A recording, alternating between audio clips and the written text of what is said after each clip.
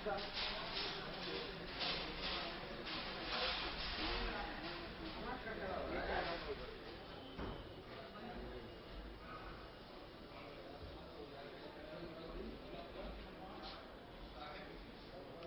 Afternoon.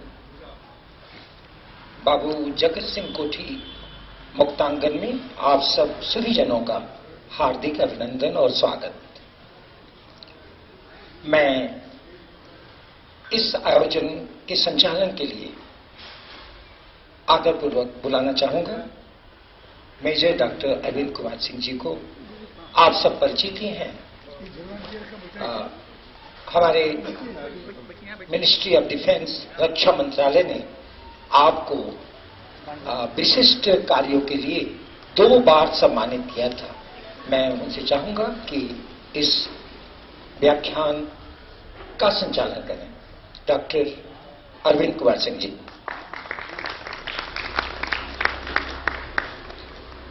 धन्यवाद अशोक जी। मंच से लगायत इस प्रांगण के अंदर जितने भी हमारे अग्रज हैं, सबको चरण स्पर्श है। जो हम उम्र हैं उनको प्रणाम है, और जो छोटे हैं उनको आशीर्वाद है। बुजुर्ग कौन, हम उम्र कौन, छोटा कौन, तो उसके लिए सिर्फ एक वाक्य, आई एम 65 ईयर्स ओल्ड। यथोचित यथोचित स्थान तक पहुंचे और आप उसे स्वीकार करें। कार्यक्रम की शुरुआत ज्यादा भूमिका न लेते हुए सीधे हम प्रारंभ कर रहे हैं। और सबसे पहले मैं श्री प्रदीप नारायण सिंह जी से सादर आग्रह कर रहा हूं कि वो आए और प्रोफेसर राणा पीवी सिंह जी को, भूतपूर्व विभागाध्यक्ष भूगोल विभाग, काशी हिंदू विश्वविद्यालय को पुष्पगुच्छ, अंगवस्त्रम और एक पुस्तक देकर सम्मानित करने की। साहित्य भूषण स्वर्गीय पंडित हरिराम द्विवेदी जी की ये पुस्तक है, सपनवा भीजे नहीं। ये पुस्तक भी दिया जा रहा है मंचा से समस्त व्यक्तियों को।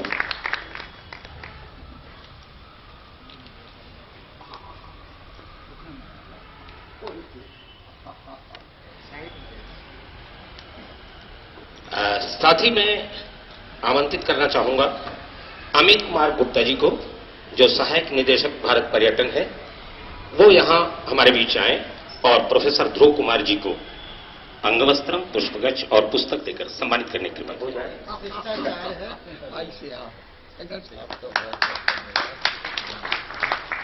बड़ी अजीमतर शख्सियतों के साथ आज वक्त बिताने का मौका मिला है और बहुत कुछ सुनने को मिलेगा हम सभी को। मैं साथ ही आवाज दे रहा हूं राजेश्वर सिंह जी को, अध्यक्ष अप्रूव टूरिस्ट गाइड एसोसिएशन के हैं आप, और आपसे अनुरोध है कि आप डॉक्टर सुभाष चंद्र यादव जी को पुष्पगुच्छ, अंगवस्त्रम और पुस्तक देकर सम्मानित करने की कृपा करें।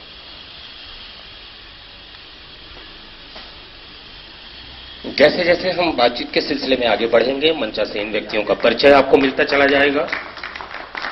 अभी तो सिर्फ स्वागत।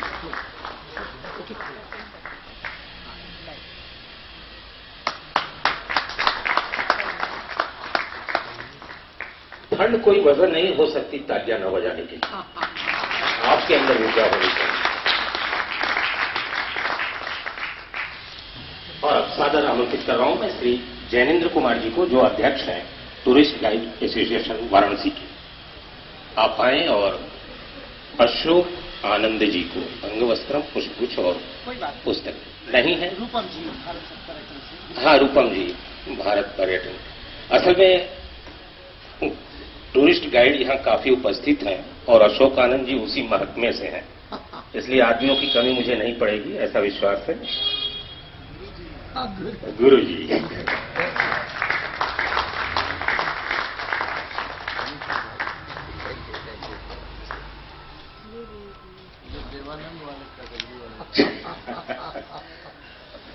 प्रोफेसर ध्रुव जी कह रहे हैं कि हिंदुस्तान में 2 ही लोग हैं जिनका कोई जोड़ नहीं, एक देवानंद और दूसरे अशोक आनंद जी।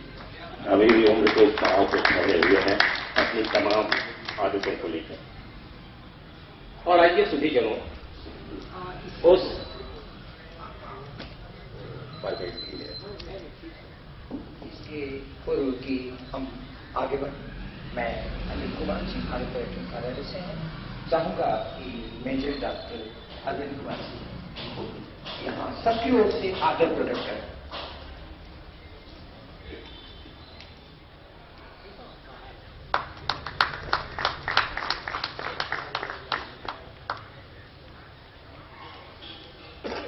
उस दिशा में आगे चले जहां पे कुछ प्राप्ति के लिए आज हम यहां उपस्थित हैं। और इसके पहले कि मैं अपनी बात शुरू करूं, मैं सुभाष जी से आदेश लेते हुए कि कुछ समय इस विषय स्थापन के लिए मुझे लेना पड़ेगा, मैं अपनी बात शुरू करना चाहूंगा। कल तक जो इतिहास था वो आज हमारे भूगोल के अध्ययन की विषय वस्तु है, और आज जो वर्तमान में हमारा भूगोल है शायद आने वाले वक्त में इतिहास के अध्ययन की विषय वस्तु हो जाएगा। शायद यही कारण रहा होगा कि जब इस पुनीत कार्य के लिए श्री प्रदीप नारायण सिंह जी आगे बढ़ रहे थे तो उन्होंने इसमें शामिल किया एक इतिहास विज्ञ को और एक भूगोलविद को भी शामिल किया।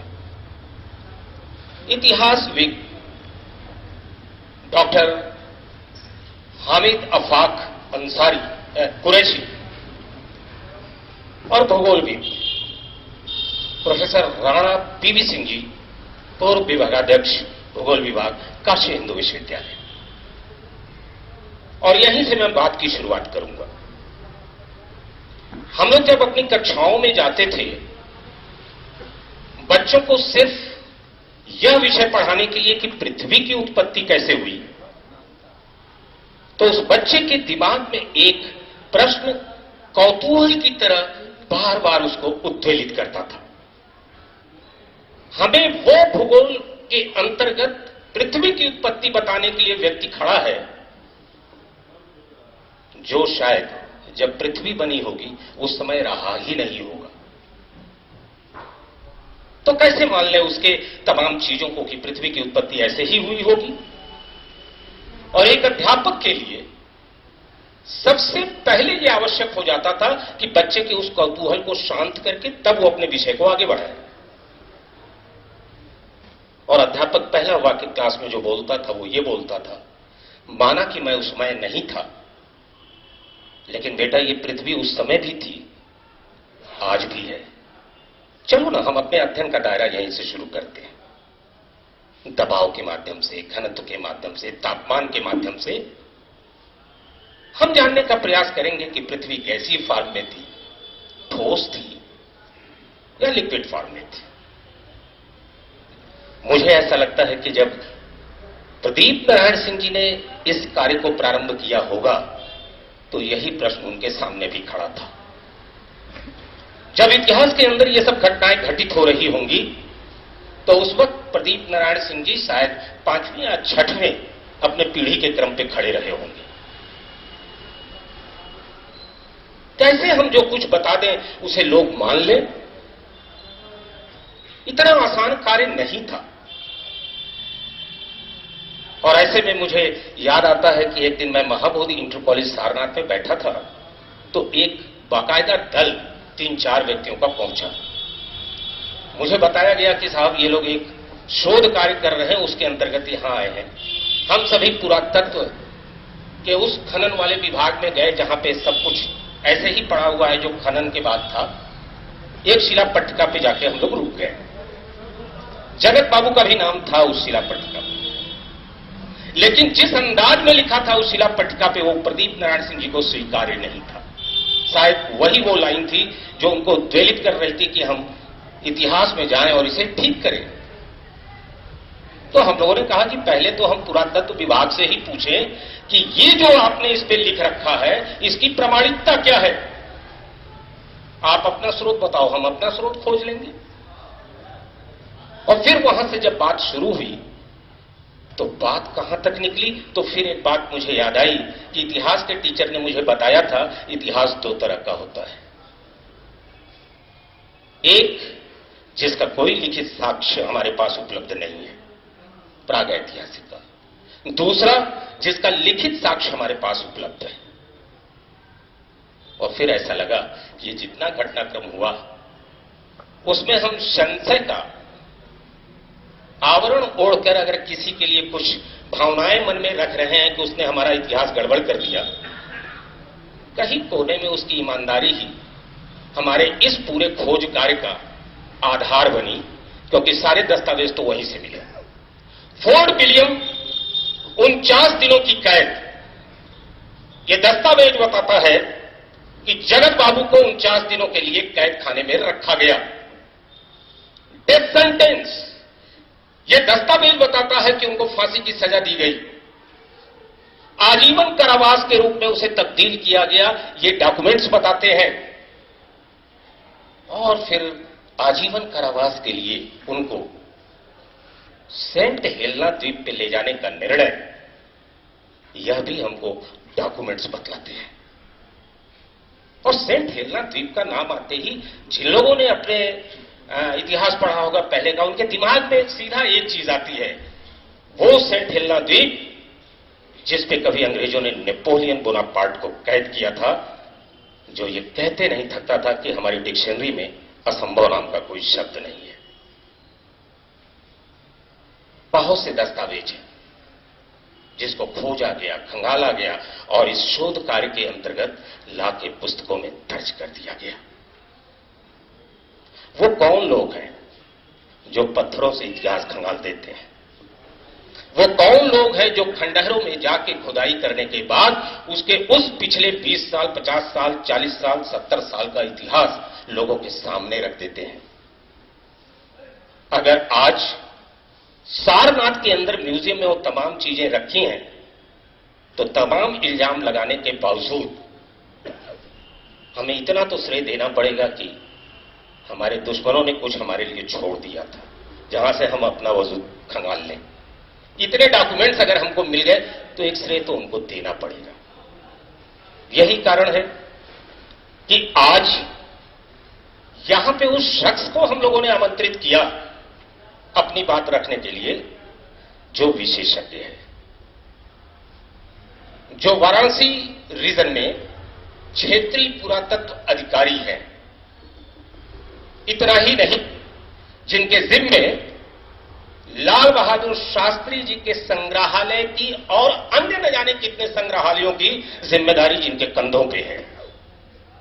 लेकिन जब मैं अध्ययन कर रहा था सुभाष जी का, तो बड़ी दिलचस्प बात पता चली। ये शख्स सिर्फ लिखने पढ़ने का ही धुनी नहीं है, कुछ खोज निकालने का ही धुनी नहीं है। आपका एक शौक तो दिल को छू गया। फौजी बैकग्राउंड से हूं, तो हुआ कि इसकी चर्चा थोड़ी बाद में करूंगा, नहीं तो लोग कहेंगे फौजी हैं तो अपने महकमे को पकड़ रहे हैं। पर्वतारोहण है, पहाड़ों पे चढ़ने का शौक, और वो भी छोटी मोटी पहाड़ी नहीं, 10,000 नहीं साहब, 15,000 नहीं, 20,000 नहीं, 22,000 फुट ऊंची पहाड़ी पे चढ़ने का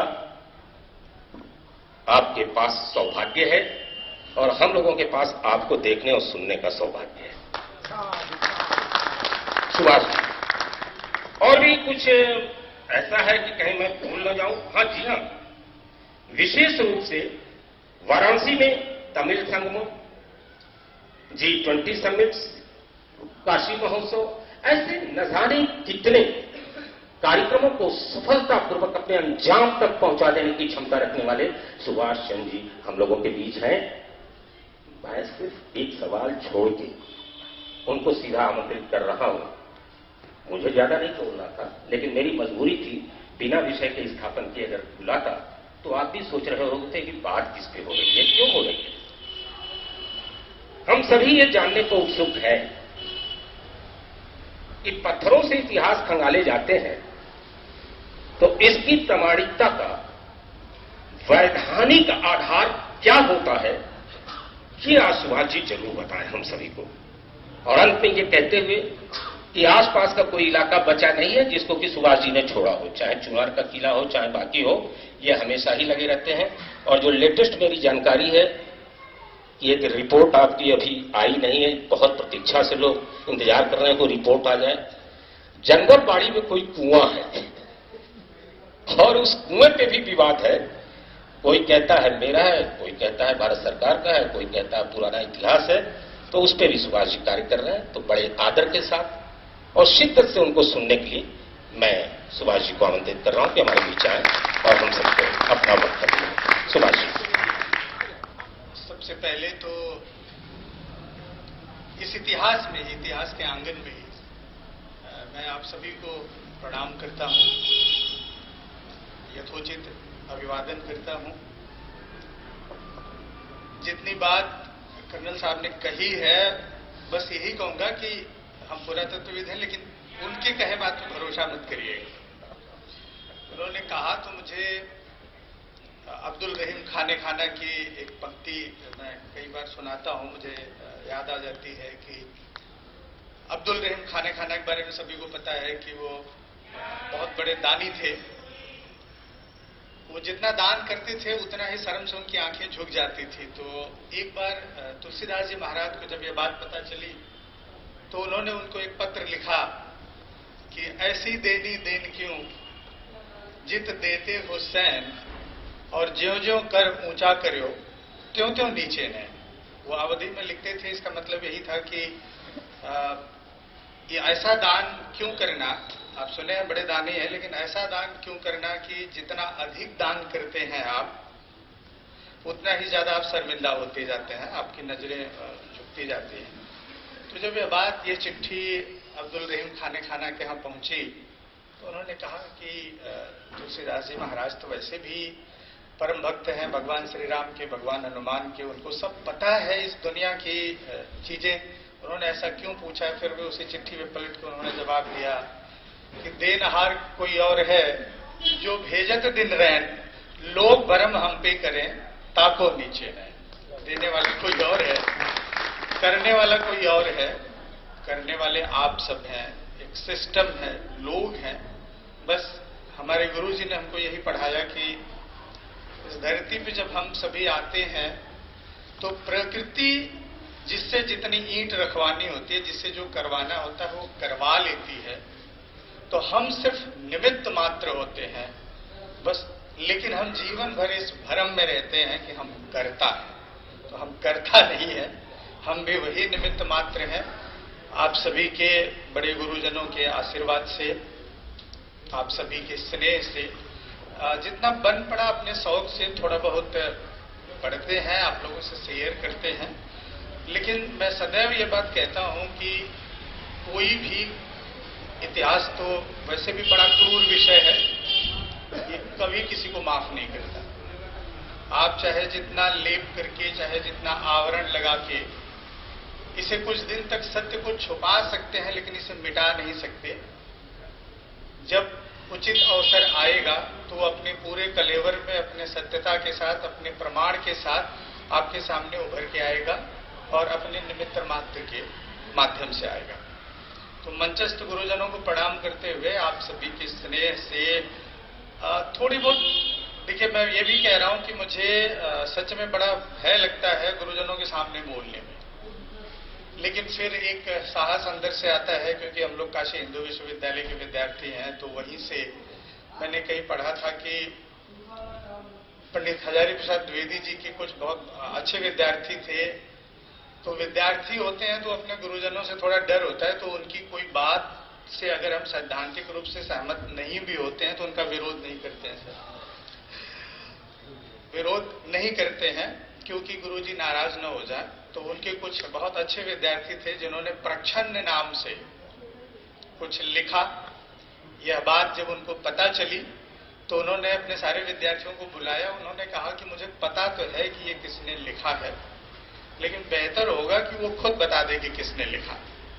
तो जिन्होंने लिखा था वो आ गए, क्योंकि गुरुजी की धारणा हम सबके मन में होती है कि वास्तव में वो त्रिकालदर्शी हैं, जानते ही होंगे। उन्होंने बता दिया कि गुरुजी हमने लिखा और इस भय से लिखा है। तो उन्होंने कहा बेटा ये महामना की धरती है, ये काशी है, ये कबीर की धरती है, ये प्रतिरोध की धरती है और यही इस धरती की तासीर है, यही इस धरती की पहचान है। अपने सत्य के लिए कभी किसी से मत डरना, अपने खुदा से भी नहीं, और वहीं से इतिहास की उत्पत्ति होती है।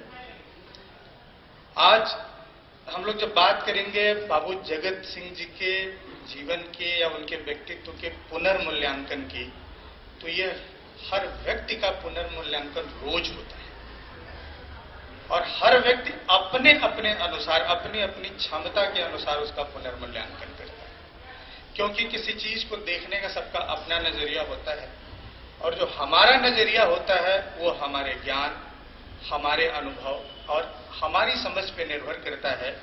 लेकिन ये नजरिया पुनर्मूल्यांकन का होता है। बट जब बात इतिहास की चलती है तो जैसे आपने कहा कि इतिहास दो तरह का होता है, इतिहास तो इतिहास ही होता है।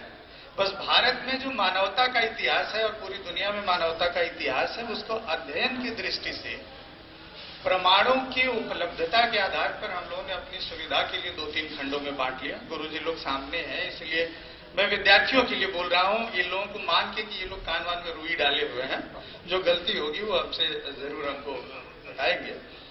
तो दुनिया का जो मानवता का इतिहास है वो तो दो ही है, एक प्रागितिहास और एक इतिहास, जिसकी परिभाषा विद्वानों ने गढ़ी कि प्रागितिहास वो है जिसका कोई लिखित दस्तावेज नहीं है। तो जो पुरावशेष मिलते हैं उनके आधार पे जो आप उस समय के समाज के बारे में जो जानकारी इकट्ठा करते हैं, लोगों को बताते हैं, वो तो प्रागितिहास है। और इतिहास वो है जहां से एक लाइन हमने बना दी कि जहां से हमें कोई लिखित जानकारी प्राप्त होती है, वो इतिहास है। लेकिन भारत की भूमि अगर इतनी आसानी से चल जाए, इतनी सीधा सीधा किसी परिभाषा में फिट हो जाए, तो ये हमारा देश नहीं हो सकता। तो ये ऐसा देश है कि यहाँ इसमें भी एक चीज हमने जोड़ ली और वो आ गया आद्य इतिहास। बीच में एक आद्य इतिहास उस पीरियड के लिए गढ़ा, एक शब्दावली गढ़ी गई जिसके लिखित दस्तावेज तो हैं लेकिन कोई पढ़ नहीं सका, और वो आप सभी जाते हैं कि सैंधव संस्कृत, तो स्क्रिप्ट है लेकिन आज तक हम पढ़ न सके। इसलिए वो प्रागितिहास और इतिहास के बीच का जो कालखंड है, उनके जो हमारे पास कुछ थोड़े कम अभिलेख हैं, उनकी अपनी लिमिटेशन है कि क्यों नहीं पढ़े जा सके, इसके वजह से वो आद्य इतिहास हो गया। तो जब इतिहास पुनर्मूल्यांकन करता है तब वो फिर किसी को नहीं देखता, वो सिर्फ प्रमाणों और तथ्यों को देखता है। लेकिन प्रमाणों और तथ्यों को आप किस परिप्रेक्ष्य में प्रस्तुत करते हैं, पूर्णता से प्रस्तुत करते हैं, अपूर्णता से प्रस्तुत करते हैं, इसी के आधार पे पत्थरों का इतिहास बोलता है। पत्थरों से इतिहास हम निकालते हैं। पुरातत्व में आप सभी जानते हैं कि हम जो पुरातत्व में डेट करते हैं, तिथियां करते हैं, तो जितना पीछे चलते जाते हैं, जहां पे पुरातत्व में भी हमें लिखित साक्ष्य प्राप्त होते हैं, सिक्कों के रूप में, अभिलेख के रूप में, मुहरों के रूप में, इस पे कुछ अभिलेख मिलते हैं। ये अभिलेख में कभी कभी तिथियां भी होती हैं, नाम भी होते हैं। लेकिन इसके पीछे का जब इतिहास हम पुरातत्व में जब हम उसकी डेट करते हैं, तब हम ये देखते हैं कि वो मिला कहां से। उदाहरण के लिए ये बिल्डिंग हमने खोदी, सपोज एक ट्रिंच हमने इस बिल्डिंग के बराबर ये खोदा, और जो रेलिंग है वहां पे हमें एक कॉइन मिल गया, एक सिक्का मिल गया, वो सिकंदर की डेट या सिकंदर का कोई सिंबल या कुछ ऐसा पड़ा है जिससे हमने मान लिया कि वो सिकंदर का है। तो वहां की बात तो सिकंदर की आ गई। अब उससे जो नीचे जितना हम बढ़ते जाएंगे, उसके नीचे जो सामग्रियां मिलेंगी, हम उसके और पीछे चलते जाएंगे। फिर हम उसकी एक तकनीकी होती है कुछ वैज्ञानिक तिथियों को निकालना। वैज्ञानिक तिथियों में जिसमें बहुत कॉमन है, कोई भी पत्रकार, कोई भी व्यक्ति जो कुछ भी नहीं जानता, वो भी बोल देता है कि कार्बन डेट नहीं हुई। अब जैसे कहीं शिवलिंग भी मिल गया, पत्थर की भी कोई चीज मिल गई तो उसकी कार्बन डेट करा लीजिए, लोहा भी मिल गया तो कार्बन डेट करा लीजिए। कार्बन डेट एक वैज्ञानिक विधि है और वो उन्हीं चीजों की कार्बन डेट हो सकती है जिनमें कार्बनिक मटेरियल होता है। जिनमें कार्बनिक मटेरियल नहीं होता उनकी कार्बन डेट नहीं होती। तो नीचे हमको और बहुत सी चीजें ऐसी मिलती हैं जिनके वैज्ञानिक विधियों से बहुत सारी तिथि निर्धारित की जाती है। उन तिथियों के आधार पर भी फिर हम इतिहास में जाते हैं और पुरातात्विक सामग्रियों का गठन करते हैं। लेकिन जब हम इतिहास में आ जाते हैं, तब इतिहास में बहुत सारे दस्तावेज भी मिलने लगते हैं और पुरावशेष भी मिलने लगते हैं। तो वहां दस्तावेज जो होते हैं अब यहीं पे दस्तावेजों का भी वर्गीकरण शुरू हो जाता है कि जो दस्तावेज मिल रहे हैं आपको, वो किसने लिखा है, क्यों लिखा है और किस उद्देश्य से लिखा। तो राजा के जो उनके परिवारीजन हैं या राज परिवार का इतिहास जो लिखने वाले हैं, वो कुछ उसी तरह से जैसे आत्मकथा हम अपनी लिखते हैं, अपने बारे में कुछ लिखते हैं, तो हम अपनी सारी कमियां छुपाते जाते हैं, हम अपनी सारी अच्छाई सिर्फ सामने प्रस्तुत करते हैं। तो जो दरबारी इतिहास लेखन है, जो दरबारी दस्तावेज हैं, उन दस्तावेजों के आधार पर अगर आप इतिहास लिखेंगे तो उसमें भी आपको वो लिमिटेशन को ध्यान में रखना पड़ेगा कि इतिहास की जो मूल मान्यता है कि इतिहासकार को सदैव निरपेक्ष होना चाहिए। और हम लोग जिस दिन पढ़ना शुरू किए पुरातत्व का विषय, उस दिन पहली बात यही बताया गया कि प्रमाण बोलना चाहिए, आपको नहीं बोलना चाहिए।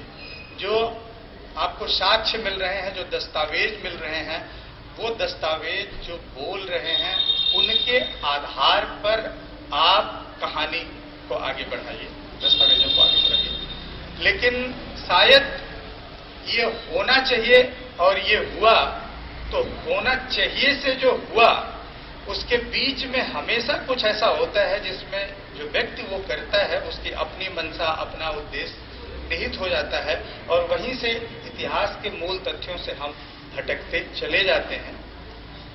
इस संदर्भ में एक बहुत अच्छी पंक्ति मैं बार बार दोहराता हूं, सर अमृता प्रीतम जी ने अपनी जीवनी में लिखा है। उन्होंने, उनकी बड़ी पतली सी जीवनी है, उसका नाम है रसीदी टिकट। रसीदी टिकट, अब इसके नामकरण की भी बड़ी अच्छी कहानी है, क्योंकि सच बताएं तो मैंने अखबार में पढ़ा जब इस किताब के बारे में, तो मुझे भी बाबू जगत सिंह के बारे में उतना ही पता था जिस पे आगे जिक्र करेंगे। तो मुझे तुरंत खुशवंत सिंह की वो बात आ गई, रसीदी टिकट टाइप का। मैंने पढ़ा था कि अमृता प्रीतम जी ने जब अपनी जीवनी लिखी तो वो खुशवंत सिंह जी के पास गई और उन्होंने कहा कि सर हमने अपनी जीवनी लिखी है और इसका नाम रखना चाहता हूँ, कोई टाइटल सुझा दीजिए। तो जो लोग खुशवंत सिंह को जानते हैं वो ये जानते हैं कि वो इतने बड़े आदमी थे। उन्होंने कहा तुम्हारी जीवनी, तुम्हारी कौन सी जीवनी हो सकती है कितनी बड़ी, वो तो रसीदी टिकट पे लिखी जा सकती है। उन्होंने कहा धन्यवाद, बहुत बहुत मुझे मिल गया। उन्होंने अपने जीवनी का नाम ही रसीदी टिकट लिखा। उसमें एक लाइन उनकी मुझे याद आती है, जो है वो साहित्यकार, लेकिन चूंकि साहित्य भी जीवन गढ़ता है और इतिहास तो जीवन के बारे में ही की कहानियां गढ़ता है।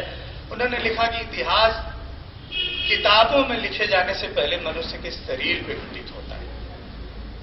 और मजेदार बात यह है कि जिसके शरीर पे घटित होता है वो तो अभिव्यक्त ही नहीं करता कि हुआ क्या था, और जो लिखता है उसे पता ही नहीं होता कि हुआ क्या था। तो ये घटने से और लिखने के बीच तथ्यों के प्रस्तुतिकरण की जो निष्पक्षता है वही निर्भर करती है, वही प्रमाणिक करती है इतिहास लेखन की, चाहे वो पत्थरों से निकले, चाहे वो दस्तावेजों से निकले या कहीं से निकले। बात शुरू करते हैं इस किताब पे। इसलिए बाबू जगत सिंह का ही पुनर्मूल्यांकन जरूरी नहीं है, उसके साथ उनके पूरे परिवार का, उनसे जुड़े हुए लोगों का, काशी शहर की एक एक गली का भी पुनर्मूल्यांकन जरूरी है। क्योंकि और ये पुनर्मूल्यांकन होता रहेगा। कोई जरूरी नहीं है कि आज हमने ये किताब लिखी इतने साक्ष्यों के साथ, कल इसमें और भी साक्ष्य जोड़ सकते हैं, ये और भी आगे बढ़ सकती है।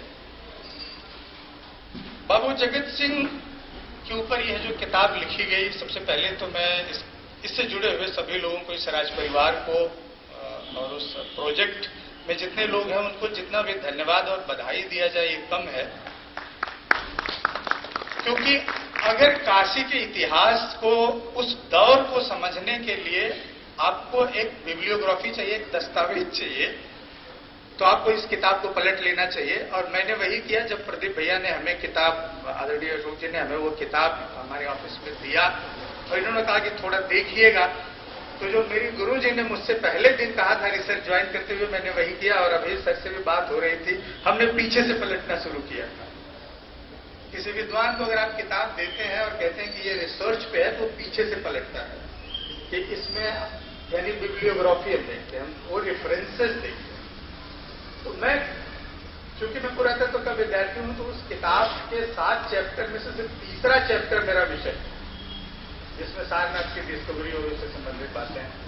बाकी चीजों के बारे में मेरी कोई समझ नहीं थी, तो बाकी से जितने रेफरेंस थे, क्योंकि आर्काइव का भी प्रभाग बनारस का मेरे पास है, तो उसके तमाम दस्तावेजों को मैं कभी कभी देखता रहता हूं, तो मुझे समझ आ रहा था कि इन्होंने शायद हिंदुस्तान का कोई ऐसी लाइब्रेरी, कोई ऐसा आर्काइव नहीं है जहां से दस्तावेज में कलेक्ट किए गए हों। इसके अलावा विदेशी से भी तो इतना बढ़िया दस्तावेज उसमें है, इतने बढ़िया रेफरेंस, प्रमाण और बिब्लियोग्राफी है कि अगर बनारस के उस समय पर, उस कालखंड में किसी को काम करना है, तो सबसे पहले उस किताब की सिर्फ बिब्लियोग्राफी वो देख ले, पढ़ ले, तो उसका आधा काम हो जाएगा और वहां से वो आगे बढ़ेगा। तो ये बहुत वास्तव में बनारस के इतिहास पर एक माइलस्टोन वर्क है ये, और इस तरह के कार्य होने चाहिए और भी होने चाहिए। इस कार्य को और आगे बढ़ाना चाहिए। और यहाँ पे और राज परिवार के साथ साथ और भी जो बड़े परिवार रहे हैं, उनके भी उस समय के राजवाड़ों से बहुत अच्छे संबंध रहे हैं। चूंकि राज परिवार के दस्तावेजों के साथ एक बड़ी दिक्कत है कि बहुत सारे लोगों ने तो अपने दस्तावेज दे दिए या विनष्ट हो गए, लेकिन बहुत सारे दस्तावेज ऐसे हैं जो सरकार के दस्तावेज थे, वो तो सब आर्काइव में चले गए, चाहे वो ब्रिटिश म्यूजियम लंदन में हो या ब्रिटिश आर्काइव में हो या भारत सरकार के आर्काइव में हो। लेकिन राज परिवार, चाहे राजपूताना का हो या बनारस का हो या हमारे देश में कहीं का हो, उन राज परिवारों के बहुत से ऐसे दस्तावेज हैं जो या तो उनके आपसी बंटवारे में विनष्ट हो गए या आपसी लड़ाइयों में उन्होंने सबनों ने उसको दबा के रख लिया, वो मिला ही नहीं। तो इससे उस परिवार के इतिहास लेखन पे भी या उस परिवार का जो कंट्रीब्यूशन रहा है अपने देश के बारे में भी, उसके ऊपर भी बहुत सारी चीजें अभी प्रच्छन्न हैं।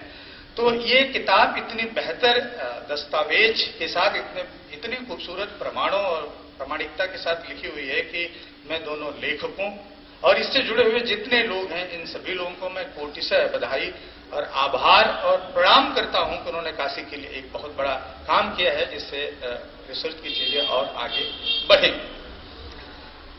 किताब 306 पेज तो इसमें लिखा हुआ है, लगभग 27 पेज उसकी बाकी भूमिका और चीजें हैं, तो कुल मिला के 350 सवा 300 पेज की किताब एक ऐसे व्यक्ति के ऊपर लिखी गई जिसके बारे में मैंने भी वही एक लाइन पढ़ी थी पुरातत्व का विद्यार्थी होने के नाते, कि धर्मराज का स्तूप से पत्थर और ईंटा निकालते यहाँ के दीवान इन्होंने वो निकाला और उससे सारनाथ के बारे में पूरी दुनिया को जानकारी प्राप्त हुई। लेकिन जब वो किताब मेरे हाथ में आई और हमने देखा तो पता चला कि नहीं, उसके और इतने एस्पेक्ट्स हैं जिसका मूल्य जिसके बारे में सबको पता होना चाहिए और जिसका मूल्यांकन होना जरूरी है। अब आइए इनके ऊपर जितनी बातें होती हैं उसमें थोड़ा पुरातत्व के ऊपर बात करें। पुरातत्व विषय क्या है थोड़ी हमने चर्चा की, लेकिन इस दुनिया में पुरातत्व जैसा सब्जेक्ट पैदा कैसे? यूरोप में जब पुनर्जागरण हुआ तो 15वीं शताब्दी में अपनी पुरानी चीजों के प्रति और खास तौर से जो पुरानी सभ्यताएं थी जिनका वर्णन किताबों में था, उन किताबों में वर्णित सभ्यता से जुड़े हुए उन स्थलों के बारे में लोगों की जागरूकता शुरू हुई और उन्होंने उसको खोजना शुरू किया। और उस खोज में जब ऐसी एंटीक चीजें मिलने लगी तो धीरे धीरे उनका कलेक्शन शुरू हुआ। और विशेषकर रोम में तो एक 15वीं शताब्दी के अंत में तो बिल्कुल एक बड़ा दौर चला एंटीक चीजों की खोज और उसके प्रदर्शन का। और वहां उनके लिए एक शब्द ही वहां प्रयोग करते थे, दिलेतैंती, जो एंटीक चीजों की खोजी हों वो खोजते थे और बाहर की दुनिया में भी फिर उन्होंने खोजना शुरू किया। तो धीरे धीरे पुरातत्व, लेकिन तब तक पुरातत्व विषय के रूप में नहीं आया था, उन चीजों का अभी एंटीक के कलेक्शन के रूप में वो चीजें चल रही थी। भारत में यह विषय स्वाभाविक है कि ब्रिटिशर्स के साथ आया और उनके जितने भी आर्मी के ऑफिसर्स थे उनके कुछ के शौक भी थे और बहुतों को ट्रेनिंग भी थी या उनसे कहा गया था। मैंने कहीं और पढ़ा कि उनके आर्मी ऑफिसर्स के साथ साथ बाद में उनके सारे डिपार्टमेंट के ऑफिसर्स को जो फील्ड में वर्क करते थे, जो ओवरसीयर होते थे या फील्ड में काम करने वाले सर्वेयर होते थे, उनको कहा गया कि आप जहां भी जाएं, आपको कोई भी पुरानी चीज मिले तो उसका पूरा दस्तावेज जरूर तैयार करें, उसके लाइन ड्राइंग से लेके फोटो से लेके इन सारी चीजों। वहीं से भारत में शुरू होती है इन पुरानी चीजों की खोज और उसकी कहानियां, और सारे ब्रिटिश आर्मी के ऑफिसर ही करते हैं। अब भारत में तो ये खोज शुरू हुई, लेकिन यहां के जो पुरातात्विक स्थल खोजे गए, क्या वो ऐतिहासिक जानकारी के लिए खोजे गए थे या अपने शौक के लिए खोजे गए थे? तो यह बात तो नहीं है कि उन्होंने सभी को, उस समय तक पुरातत्व को एक इतिहास के प्रामाणिक विषय के रूप में लिया जाना है, इस तरह का कोई भाव, इस तरह की कोई समझ अभी तक कहीं विकसित नहीं हुई थी। सिर्फ पुरानी चीजें खोजने, उनको रखने और बाद में उसकी डीलिंग, ये सब चीजें शुरू हुई। बट धीरे धीरे जैसे ज्ञान का स्तर बढ़ता गया और अपने इतिहास के प्रति लोगों का रुझान होता गया, तब जाकर के अपनी पुरानी चीजों से इतिहास गढ़ने या वो हमारी सांस्कृतिक विरासत है, उनको खोजने की बात शुरू हुई और उनके दस्तावेजीकरण की बात शुरू हुई। तो इसमें जितने भी आर्कियोलॉजिकल डिस्कवरी हुई हैं, उसमें भारत में नहीं, दुनिया का तो मैं नहीं जानता, लेकिन भारत में तो बहुत बड़ी बड़ी डिस्कवरी ऐसी ही है जिनको हम चांस डिस्कवरी कहते हैं, और सारनाथ के संदर्भ में वही लागू होता है। आप सैंधव सभ्यता की खोज से आप सभी परिचित हैं। 1924 में जॉन मार्शल ने बड़े गर्व के साथ, बड़े विचार विमर्श के बाद यह घोषित किया कि भारत में एक प्राचीनतम सभ्यता की खोज हुई है, जिसको हम सैंधव सभ्यता के नाम से जानते हैं, और उन्होंने उसके बारे में बताया। लेकिन सैंधव सभ्यता से जुड़े हुए उस पुरास्थल जिसके आधार पर इसकी खोज हुई, हड़प्पा के बारे में जानकारी तो 19वीं शताब्दी में हो चुकी थी। 1700 ईस्वी के बाद 1750-56 के बाद में ही वहां से कुछ पुरातात्विक सामग्रियां मिलने लगी थी, और कुछ दस्तावेजीकरण भी उसका, जो उस एरिया में ब्रिटिश आर्मी के ऑफिसर काम कर रहे थे, उन्होंने करना शुरू कर दिया था। स्पेशली तब जब मुल्तान के लिए रेलवे लाइन बिछाई जा रही थी, लाहौर से मुल्तान तक के लिए रेलवे लाइन बिछाने का कार्य हो रहा था, वो रास्ता हड़प्पा से होके गुजरता था, तब वो चीजें उनके सामने आई थी, थोड़ा दस्तावेजीकरण भी हुआ था। और वो कनिंघम साहब, जिनकी चर्चा हम बाद में करेंगे, उस रेलवे लाइन को बिछाने के लिए उसी हड़प्पा की ईंटों से गिट्टी बना के वो रेलवे लाइन बिछाई गई थी। लेकिन उस समय तक ये भाव विकसित नहीं था कि हम ये जो कर रहे हैं, ये एक प्राचीन सभ्यता और अपनी ऐतिहासिक विरासत को विनष्ट कर रहे हैं। यही तिगवा, ग्वालियर के पास तिगवा मंदिर आप सभी जानते हैं, पर्यटन के परिक्षेत्र से जुड़े हुए हैं। तिगवा में 36 मंदिरों को विनष्ट करके उनकी गिट्टी बना दी गई, उससे रेलवे लाइन बिछाई गई। ये तो मैं इक्का दुक्का उदाहरण बता रहा हूं, लेकिन यह बात फिर भी मैं कह रहा हूं कि जैसा इन्होंने कहा कि उनको श्रेय देना चाहिए, क्योंकि इन एक्सीडेंट के थ्रू, इन इंसिडेंट के थ्रू, इन घटनाओं के थ्रू हमें हमारे पुरानी चीजों से परिचय हो रहा था। और बहुत दूर मत जाइए, काशी में राजघाट, ये काशी की राजधानी वाराणसी है।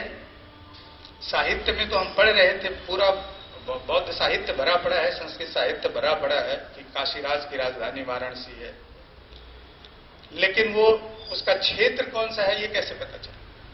ये जब 1939 में इसी रेलवे लाइन के लिए, काशी स्टेशन के लिए, उसके विस्तार के लिए जब खुदाई शुरू हुई, तब उसमें पुरातात्विक अवशेष प्राप्त हुए। वो उस समय आर्कियोलॉजिकल सर्वे ऑफ इंडिया की स्थापना हो चुकी थी, दिल्ली भेजा गया।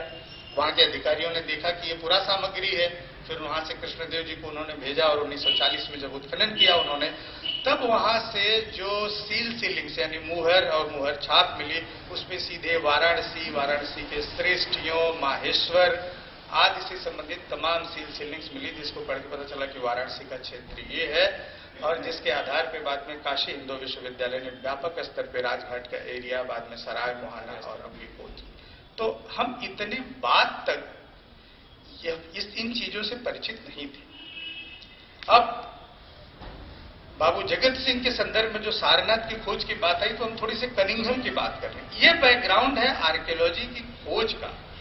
तो चूंकि आर्कियोलॉजी के माध्यम से या एक्सीडेंट के माध्यम से जो भी आर्कियोलॉजिकल साइट्स हम खोज रहे थे, जो एंटिक्विटी हम खोज रहे थे, वो विनष्ट हो रही थी, उसके बारे में उनको ये ज्ञान नहीं था कि ये विनष्ट कर रहे हैं, वो चेतना जागृत तब तक नहीं हुई थी। लेकिन बाद में आपके यहाँ सारी रॉक पेंटिंग, दुनिया की सबसे प्राचीनतम रॉक पेंटिंग भी यहीं सोनभद्र में खोजी गई। तो अब इन खोजों को का श्रेय किसको दिया जाए? घोड़मंगर पहली रॉक साइट है, रॉक शेल्टर है, जिसको खोजा गया पूरी दुनिया में। तो क्या एसीएल कार्लाइल साहब आके घोड़मंगर ऐसे ही पहुंच गए होंगे? सारी रॉक पेंटिंग की खोज तो गडेरियों और चरवाहों ने किया। तो क्या उन्हें हम ये कह सकते हैं कि पहले एक्सप्लोरर वो हैं? नहीं, उन्होंने उस उद्देश्य से उसको नहीं देखा। वो तो अपने दैनंदिन कार्यों में अपनी भेड़ चराने, अपनी गाय चराने, चारा के लिए, लकड़ी के लिए जा रहे हैं, उन्होंने देखा। और आज भी जब हम लोग सोनभद्र में जाते हैं और नए रॉक शेल्टर को छोड़िए, जो पुराने रिपोर्टेड है उनके बारे में रास्ता भटक जाते हैं। झाड़ियां उग गई, अभी 1 साल पहले गए थे, उस रास्ते में झाड़ी उग गई, कोई पत्थर गिर गया, रास्ता ब्लॉक, जो हमारे दिमाग में बैठा हुआ रास्ता है वो भूल गया। फिर उन्हीं से पूछना पड़ता है, तो वो जो नए रास्ते बने हैं वो बताते हैं, उनसे जाते हैं। तो क्या उनको हम इस खोज का श्रेय दे सकते हैं? अब नहीं, जो उस उद्देश्य से काम किया है उसको हम श्रेय देते हैं। कनिंघम का बैकग्राउंड, जनरल अलेक्जेंडर कनिंघम उस समय तक, जब बाबू जगत सिंह ने जब उसको खोजा तब तो उनका अता पता नहीं था, लेकिन जब पहली खुदाई उन्होंने 35-36 में किया, तब तक तो पुरातत्व विभाग की स्थापना ही नहीं हुई थी। तो पुरातत्व के गवर्नर जनरल बनने का तो कोई सवाल ही नहीं पैदा होता। भारतीय पुरातत्व सर्वेक्षण की स्थापना 1861 में हुई और कनिंघम आफ्टर रिटायरमेंट उसके पहले गवर्नर जनरल बनाए गए। तो वो आर्मी से रिटायर हो चुके, तब तक तो थी नहीं, लेकिन उनका शौक ब्रिटिश आर्मी के थे। और उस समय आर्मी इंजीनियरिंग कोर्स को बंदा था, तो उनकी पोस्टिंग अफगानिस्तान से लेके, पाकिस्तान से लेके भारत के तमाम क्षेत्रों में होती थी। लेकिन जैसा मैंने पहले बताया कि दुनिया के प्राचीन ग्रंथों में वर्णित महान स्थलों के बारे में जानने की जो चेतना यूरोपियन पुनर्जागरण के बाद आई थी, उसमें जो भी वहां का समझदार ऑफिसर था वो उस पर काम कर रहा था, शायद उनकी ट्रेनिंग का पार्ट भी रहा होगा, और कनिंघम भी उसी में से एक थे। और कनिंघम ने वो सारा काम करना शुरू किया। अब कनिंघम ने हड़प्पा में भी काम किया। मैंने बताया कि उन्हीं की रिपोर्ट के हवाले से जो फॉरगेटन सिटी ने जो तहरीर ने लिखा है, उसमें उसी आर्कियोलॉजिकल सर्वे ऑफ इंडिया के दस्तावेजों से उन्होंने ये लिखा है कि हड़प्पा के ईंटों से गिट्टी बना करके वो मुल्तान के लिए रेलवे लाइन निकाली गई थी, जो 100 माइल्स के बिछाने थी। तो कनिंघम के दिलो दिमाग में वेनसांग का यात्रा विवरण था, क्योंकि वो जब चल रहे थे भारत में पुरास्थलों की खोज, तो उनकी पूरी जो 24 वॉल्यूम की रिपोर्ट है आर्कियोलॉजिकल सर्वे ऑफ इंडिया की, 1961 में जब वो शुरू करते हैं, उस रिपोर्ट में अपना सर्वे शुरू करते हैं, तब आप देखिएगा वो सबसे पहले शुरू कहां से करता है वो बंदा, वो ऑफिसर शुरू करता है बोध गया से, जहां भगवान बुद्ध को पहला को ज्ञान प्राप्त हुआ। तो बोध गया से शुरू करते हैं और फिर वो सर्वे करते हैं, बाद में उनके सक्सेसर शुरू करते हैं। उस रिपोर्ट के पहले वॉल्यूम में उन्होंने अपने 34-35 में जो सारनाथ की खुदाई की है, तो इस किताब में जितना बढ़िया से उसको डिस्क्राइब किया और जो प्रश्न उठाया है वो बड़ा वाजिब है। आप लोगों में से जितने लोगों ने नहीं पढ़ा है उनके सामने यह बात जरूर होनी चाहिए कि सारनाथ के बारे में अब जो यह किताब प्रश्न उठा रही है, और हम लोग नॉर्मली जानते हैं, बड़ा दुख भी सबने प्रकट किया। आर्कियोलॉजिकल सर्वे ऑफ इंडिया की सारी गाइड बुक में सारे ऑफिसर ने यही शब्दावली यूज की है कि इन्होंने बिल्डिंग मटेरियल निकालने के लिए उसको डिस्ट्रॉय किया। आदरणीय BS अग्रवाल साहब ने, जो कि थोड़ा देशज भाषाओं में लिखते हैं, उन्होंने लिख दिया कि उधेड़ दिया। ये बातें आज के परिप्रेक्ष्य में जब हम खड़े होकर देखते हैं तो जरूर थोड़ा दुखी करती हैं। वो लगता है कि एक आरोप लग रहा है, एक कलंक लग रहा है। लेकिन मुझे लगता है कि ये कहानी शुरू ही होती है। बाबू जगत सिंह जी ने 1794 में खोदा, या जैसा यह किताब कह रही है कि नहीं, 1787 में खोदा। प्रमाण क्या है? एक हमारे पास प्रमाण है, हो सकता है कि मुझसे छूट रहा हो तो मुझे आप लोग ठीक करिएगा। प्रमाण यह है कि इस मोहल्ले में जो कुआं बना, बात यही है कि जगतगंज मोहल्ला बनाने के लिए सारी सामग्री वहां से आई और उसके बाद चीजें बनी, तो यहां एक कुआं बना और उस कुएं पे एक अभिलेख राजा साहब की तरफ से लिखवाया गया और उस अभिलेख की तिथि है 1792। तो अगर सारनाथ के मटेरियल से जगतगंज मोहल्ला बन चुका था और वो कुआं भी बन चुका था, तो जब 1792 में बन चुका था तो 1794 में फिर जगत सिंह साहब के मजदूर वहां क्यों खोदने गए? तो फिर 1787 की तिथि आती है कि ये सब चीजें बनने में 4-5 साल जरूर लगे होंगे।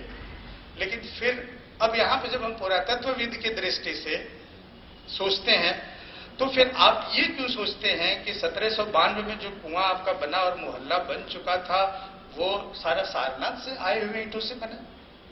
और वही कनिंघम का दस्तावेज जो 1861 की रिपोर्ट कहती है और बड़े व्यापक पैमाने पर लिखा है, वो तो कह रहा है कि उन्होंने बहुत कम खोदा है, ऊपर से ईंट निकालना शुरू किया और जहां पर उनको पता चला वहीं बंद कर दिया।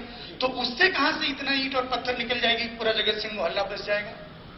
बहुत स्वाभाविक है कि हमें इस बिंदु पर भी विचार करना चाहिए कि बाबू जगत सिंह ने अपने रिसोर्सेज से पूरा मोहल्ला बना चुके थे और हो सकता है थोड़ी बहुत ईंट की जरूरत रही हो, उनके मजदूरों को, उनके इंजीनियर को, हो सकता है उनको पता भी नहीं रहा हो, उनको लगा हो कि सारनाथ जो उनके रियासत का एरिया था, सबको पता था सारनाथ के बारे में, तो वहां पड़ी हुई हैं ईंटें या ऐसे हिप हैं, उससे उन्होंने उखाड़ने की कोशिश की होगी, कुछ उखाड़ा, कुछ ईंटें ली और जब उन्हें पता चला वो सारी कहानियां उसमें आई तो उन्होंने उसको बंद कर दिया।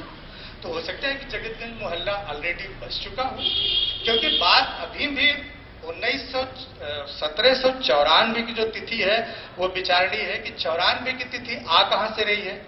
94 की तिथि आ रही है जोनाथन डंकन के उस आर्टिकल से जो उसने Royal Asiatic Society of Bengal के 5वें वॉल्यूम में यह लिखा है कि 2 अर्न मतलब 2 छोटे कलश सारनाथ वाराणसी के आसपास से बाबू जगत सिंह ने जो खोजा, उसके ऊपर एक बड़ी आर्टिकल वो लिखता है रॉयल एशियाटिक सोसाइटी के उस वॉल्यूम में और उस वॉल्यूम में वो डेट देता है 1794। तो अब 1794 जो उसकी डेट है उसको देखना पड़ेगा, उसको कैसे पता कि 1794? वो यहां का कलेक्टर या कमिश्नर जो भी। तो अब वो अपनी आर्टिकल में 2 कंफ्यूजन क्रिएट कर देते हैं। वो जनाब लिख देते हैं कि उसमें जो रिलीक बास्केट मिले वो शायद गंगा में बहा दिए गए या रॉयल एशियाटिक सोसाइटी को दे दिए गए। वहीं से ये सारी चीजें शुरू होती हैं और जिसके बिना पे कनिंघम जब 1835 में पहली बार खोदने आए थे सारनाथ, तो वो तो धर्मराज का स्तूप के आसपास भी नहीं थे, वो धमेक स्तूप के पास। उसने धमेक स्तूप को ऊपर से नीचे तक खोदा और उस खुदाई के दौरान वो लगातार लोगों से बात करता रहा, या वहां जो मजदूर इन्वॉल्व थे, हमने भी बहुत सारे पुरास्थल प्रदेश में खोदे हैं, तो जहां कुछ जगहों पे नहीं भी खोदा, लेकिन जहां पहले विभाग से खुदाई हुई, आज जब हम लोग जाते हैं कभी उसको विजिट करने, तो वहां के जो पुराने मजदूर हैं उनकी स्मृतियों में वो चीजें जिंदा होती, तो वो आके बेवजह ही चर्चा करते हैं कि देखिए हमने खोदा था, ये थे इसमें और यहाँ से ये हुआ था। उनकी स्मृति में बहुत सारी चीजें हैं। पूरी रिपोर्ट में बड़ी मजेदार है, ये आप लोगों को मतलब बताना पड़ेगा ना थोड़ा। उस रिपोर्ट में कहानी कहां से आती है? उन्होंने तो अपनी आर्टिकल लिखी बाबू जोनाथन डंकन ने कि बनारस के बगल में एक जगह खोदी गई ईंट निकालने के लिए और जो जो कहानियां उन्होंने गढ़ी उसमें से जो रिलीफ बास्केट मिले वो वहां डाल दिया गया, रॉयल एशियाटिक सोसाइटी को दे दिया गया। लेकिन उस कहानी को बड़े विस्तार से फिर कनिंघम ने अपनी रिपोर्ट में लिखा और कनिंघम जब पूरा धमेक स्तूप के बाद वो वहां लोगों से बात करते करते उनके सिंहपुर के एक व्यक्ति मिल जाते हैं, शंकर, जिन्होंने बाबू जगत सिंह जी के घर में काम किया था उनके मजदूर के रूप में, या उस समय जो थोड़ी बहुत ईंटें निकाली गई थी उनके समय उसमें काम किया था, उसने बताया कि हाँ मुझे पूरी जानकारी है, वो उस समय निकाली गई थी।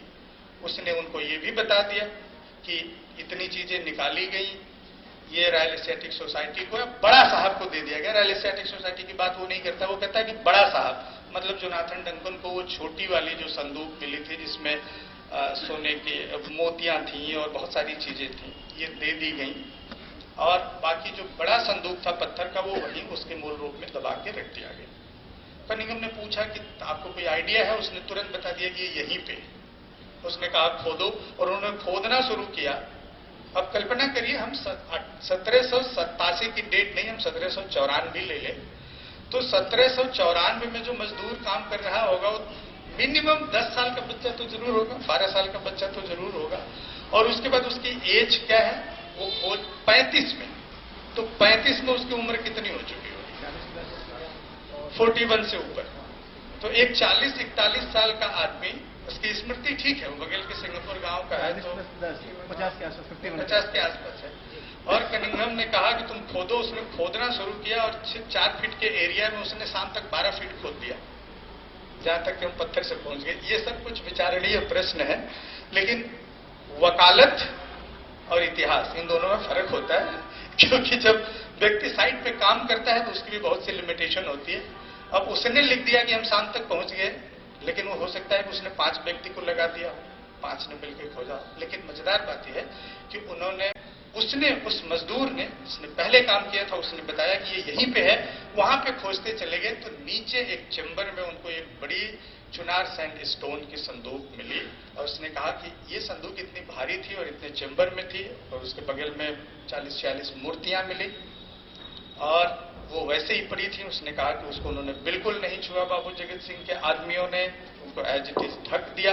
अगर ढक दिया था, छोड़ दिया था, तभी तो वो मिली थी ना, तभी वो मिली थी। अगर उसमें वो निकाल लिए होते, फेंक दिए होते, तोड़ दिए होते, तो नहीं मिली होती। तो ये सारी चीजें मिली, जिसका पूरा विवरण कनिंघम ने अपनी रिपोर्ट में लिखा है। और उसके बाद अब यहां मजेदार बात बताएं, फिर उसके साथ एक मूर्ति का जिक्र आता है कि एक भगवान बुद्ध की थोड़ी सी बिगड़ी हुई मूर्ति है, जिसपे एक अभिलेख है, और वो अभिलेख 1026 ईस्वी की डेट करता है, जिसमें पाल वंश के राजाओं द्वारा वहां पे उस मूर्ति के रखने या जीर्णोद्धार की बात आती है। पुरातात्विक परिप्रेक्ष्य में हमको थोड़ा और बाहर चलना पड़ेगा इन सब चीजों को समझने के लिए। ये सब बहुत पॉसिबल है। और धर्मराजी का स्तूप, धर्मराजी का नाम ही उसका इसलिए है कि उसकी स्थापना धर्मराजा ने की थी, और धर्मराजा एक ही व्यक्ति के लिए उसकी जीवनी में यूज होता है, वो है अशोक के लिए। अशोकावदान में उसने धर्मराजी का स्तूप उसने तक्षशिला में भी बनवाया, उसने बहुत जगहों पे बनवाया। और एक नॉर्मल किंवदंती है कि अशोक ने जो भगवान बुद्ध के महापरिनिर्वाण के बाद 8 राज परिवारों ने उनके अस्थि अवशेष लिए थे, उस पे स्तूप बनाए थे। उसमें से 7 लोगों के अवशेष को सम्राट अशोक ने खुदवा लिया और उनके ऊपर 84,000 स्तूप बनवाए। संख्या पे मत जाइए, उसके भाव पे जाइए। यह बिल्कुल पॉसिबल है। और इसका बहुत खूबसूरत उदाहरण कपिलवस्तु। कपिलवस्तु में जो कपिलवस्तु का महास्तूप है, उसको जब डब्ल्यूसी पेप्पे ने 1898 में एक्सकवेट करवाना शुरू किया, तो उनको जो चेंबर मिला, जो खोदते हुए चले गए, तो उनको 2 चेंबर मिले, एक चेंबर नीचे और दूसरा चेंबर ऊपर। अब कल्पना करिए, अशोक ने वहां भी स्तूप बनवाया था, लेकिन वो शाक्य राजवंश के लोगों ने अपने कुल के भगवान बुद्ध के अवशेष पे एक स्तूप उनके अस्थि अवशेषों पे बना रखा था। तो उनके समय का, जिसमें सुकृत बुद्ध करके एक उस पे एक अभिलेख मिला हुआ है, वो सब नीचे था, और उसके ऊपर एक दूसरा चेंबर पक्का ईंट का बना के दूसरा अवशेष ऊपर रखा हुआ था।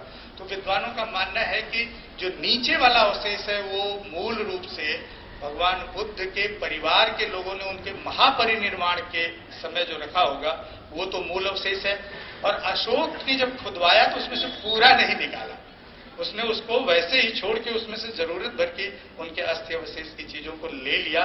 तो उसको वहां भी स्तूप स्थापित करना था उसने, एक चेंबर में उसको सुरक्षित करते हुए ऊपरी चेंबर पर उसने अपने अस्थि अवशेष की स्थापना की और स्तूप बनवा दी। और फिर उन स्तूपों का जीर्णोद्धार समय टाइम टू टाइम होता रहा। ये सभी जगह पे इसके लिखित दस्तावेज हैं, और जब पुरातत्व की दृष्टि से हम लोग खोदते हैं तो ये पूरी चीजें स्पष्ट हो जाती हैं। सांची का महास्तूप इसका सबसे बड़ा उदाहरण।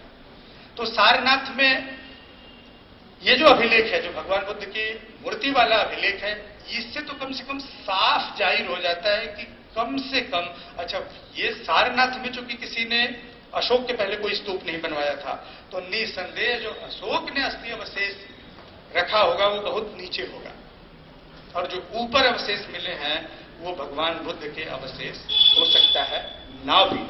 इसलिए कुछ विद्वानों ने ये भी कहा कि उनके किसी प्रिय पुजारी या किसी और का अवशेष था जो ऊपर था, जिसमें उनके अस्थि अवशेष थे और बाकी सारी चीजें रखी हुई थी। फिर तीसरा जो पाल पीरियड का है, महिपाल ने जो रखवाया, जो मूर्ति रखी, तो अब उस समय 1026 ईस्वी के आसपास आप सारनाथ के इतिहास को देखें तो सारनाथ 11वीं सदी में कुमार देवी के बाद सारनाथ में कोई भी ऐतिहासिक गतिविधियां लगभग बंद हैं, कोई कुछ नहीं करता है, कोई हमें दस्तावेज, कोई ऐसे ऐतिहासिक साक्ष्य नहीं मिलते हैं। और वहीं इतिहास बहुत बार इतिहास की किताबों से बेहतर समझने के लिए उपन्यास होते हैं, और बनारस को समझने के लिए मैं आप सभी को 3 किताबें जरूर रिकमेंड करूंगा बापू शिव प्रसाद जी की। प्राचीन बनारस को समझना हो तो बैसवानर पढ़िए, मिडिएवल खासतौर से 8वीं शताब्दी से 10वीं 11वीं शताब्दी तक पढ़ना हो तो नीला चांद पढ़िए, और आधुनिक बनारस की गलियों के लिए गली आगे मुड़ती है, ये पढ़िए, बनारस की पूरी छवि समझ में आ जाएगी। और नीला चांद में उन्होंने सारनाथ उस समय किस तरह की गतिविधियों का अड्डा है 9वीं 10वीं शताब्दी में, ये बहुत बढ़िया से डिस्क्राइब किया है। जो इतिहास में जो दस्तावेज है उनसे बहुत मेल खाते हैं। तो मुझे लगता है कि सारनाथ के स्तूप का कम से कम 3 से 4 बार जीर्णोद्धार जरूर हुआ। सम्राट अशोक ने, बहुत स्वाभाविक है कि जो सम्राट ने अशोक ने जो स्तूप बनवाए वो ईंटों से बनवाए। उसके बाद जैसे सांची में सुंग काल में या उसके बाद पत्थरों का व्यापक प्रयोग हुआ और ढेर सारी चीजें बनाई जाने लगी, जैसे कुछ प्रमाण वहां पे हैं। और उसके बाद 11वीं सदी में जो 1026 की डेट है उसमें हो गया।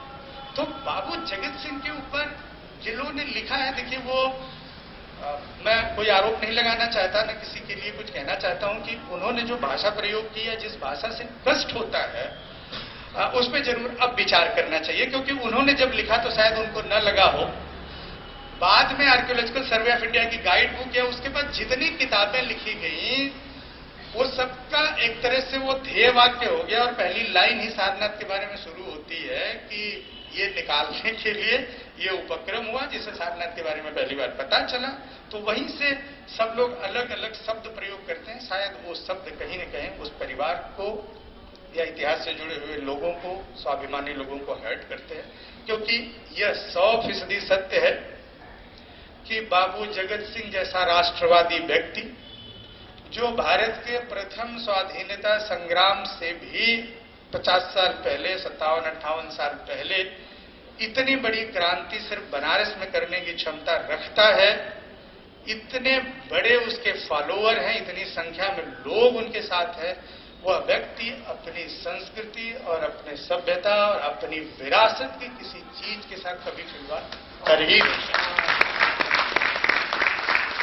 ये बात हमें सोचना चाहिए।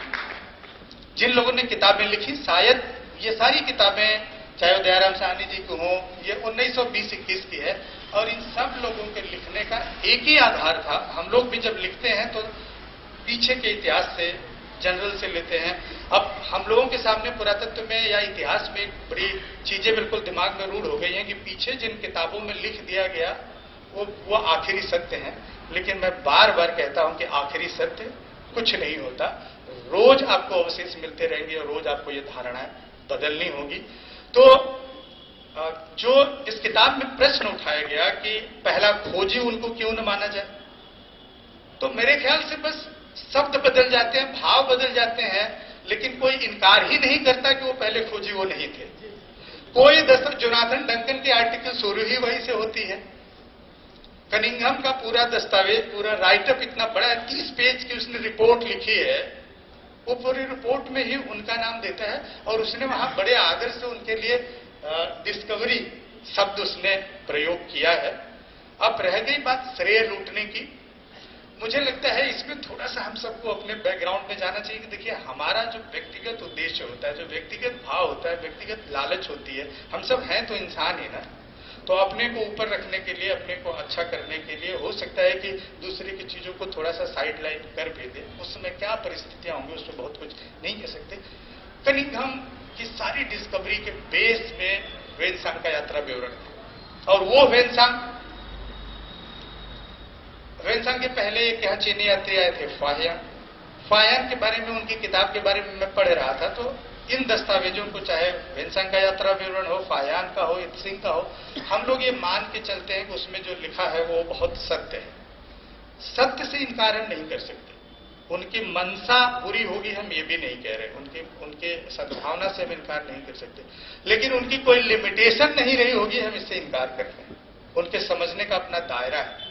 हम अपने देश में नॉर्थ ईस्ट में चले जाते हैं, साउथ में चले जाते हैं, जहां की भाषा और संस्कृति से हम बहुत अच्छे से परिचित नहीं हैं, वहीं पे एक शब्द का वहां बिल्कुल दूसरा मतलब होता है। तो उस समय जो व्यक्ति चाइनीज पढ़ा हुआ है, सर फायान का यात्रा विवरण दुनिया के सामने कैसे आया?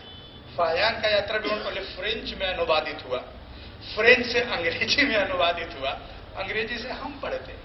तो हमारे यहां तक आने वाले जिसने चाइनीज सीख के, जिस फ्रांसीसी ने चाइनीज पहले सीखा होगा, उसने अनुवाद किया तो उसमें बड़ी सारी लिमिटेशन होंगी। फिर जिसने फ्रेंच से अंग्रेजी में अनुवाद किया उसकी भी अपनी लिमिटेशन होंगी। तो वो जो चीजें आती हैं वो आखिरी सत्य हम नहीं मान सकते।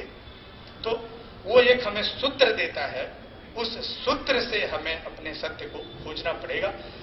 तो कनिंघम के खोज का पूरा आधार वेनसांग का यात्रा विवरण था और वो वेनसांग के उस यात्रा विवरण की उस लाइन को लेके चलता है जिसमें जब वो वेनसांग यहाँ आते हैं तो सारनाथ जाते हैं, माइल और डिस्टेंस एंड दिशा दोनों बताते हैं। फिर वहां महाविहार में पहुंचता है तो कहता है कि महाविहार के साउथ वेस्ट में एक स्तूप था और वो धर्मराजी का स्तूप है। उसका सबसे बड़ा प्रमाण है कि वो कहता है कि उसके सामने एक धर्मराजा का स्तंभ था जो 70 फीट ऊंचा था। अब इतिहास जो पत्थरों से आप बुलवाते हैं ना सर, आप कह रहे थे पत्थरों से कैसे बोलता है, मजेदार बात देखिए।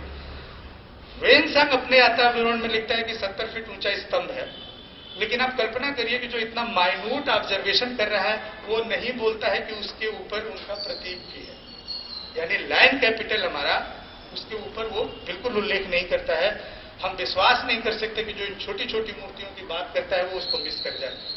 और जब वेनसांग आया था, फायान आया था, तो वो उसका जिक्र करता है। इसका मतलब कि हमारा लैंड कैपिटल फायान और वेनसांग के बीच में कहीं नीचे आ चुका था, गिर गया था। पत्थरों से इतिहास ऐसे भी बोलते हैं, बुलवाया जाता है।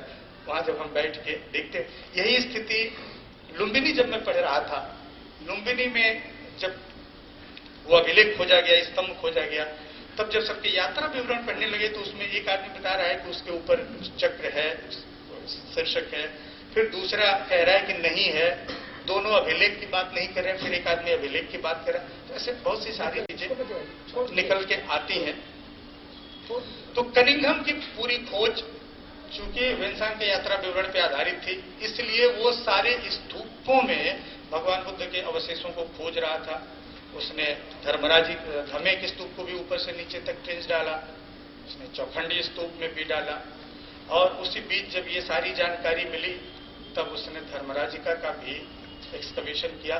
लेकिन यह बिल्कुल प्रमाणित है कि चाहे किसी भाषा में, अंग्रेजी में, हिंदी में, कोई भी स्कॉलर जो चाहे लूट शब्द, विनष्ट शब्द, ये सारी चीजें लिखता है, ये शब्द बाबू जगत सिंह के लिए प्रयोग नहीं किए जा सकते। ये पूरा दस्तावेज देखने, इवन सिर्फ कनिंघम की रिपोर्ट, क्योंकि हमारे पास उस डिस्कवरी के लिए कनिंघम और जोनाथन डंकन का ही लिखित रिकॉर्ड है।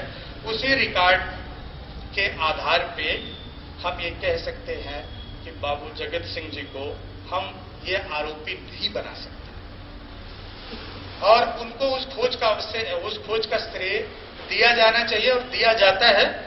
बस थोड़ी सी शब्द और भाषा बदल जाती है, तो अब आने वाली पीढ़ी की जिम्मेदारी भी है कि इस भाषा पे भी बिल्कुल ध्यान रखें कि उन्होंने चांस डिस्कवरी है। मैं पहले भी बता रहा हूं कि इतनी सारी डिस्कवरी चांस से ही होती गई। जितने बड़े बड़े पुरास्थल हमारे खोजे गए वो सब एक्सीडेंटली खोजे। तो सारनाथ वास्तव में मैं ये श्योर हूं कि कनिंघम खोज लेता सारनाथ को, इसमें भी मान के चलिए, क्योंकि उसके हाथ में वेलसांग का यात्रा विवरण था और उसने बुद्ध से जुड़े हुए सारे पुरास्थलों को खोजा।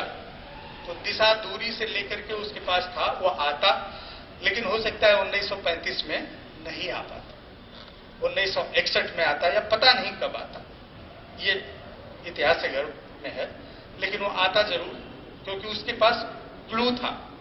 लेकिन उसके आने से इतने 100 साल पहले बाबू जगत सिंह के कारण यह स्थल प्रकाश में आ चुका था और जोनाथन डंकन कमिश्नर होने के बावजूद आखिर उन्होंने रोक लगाई। तो जब उनको पता लगा तभी रोक लगाई।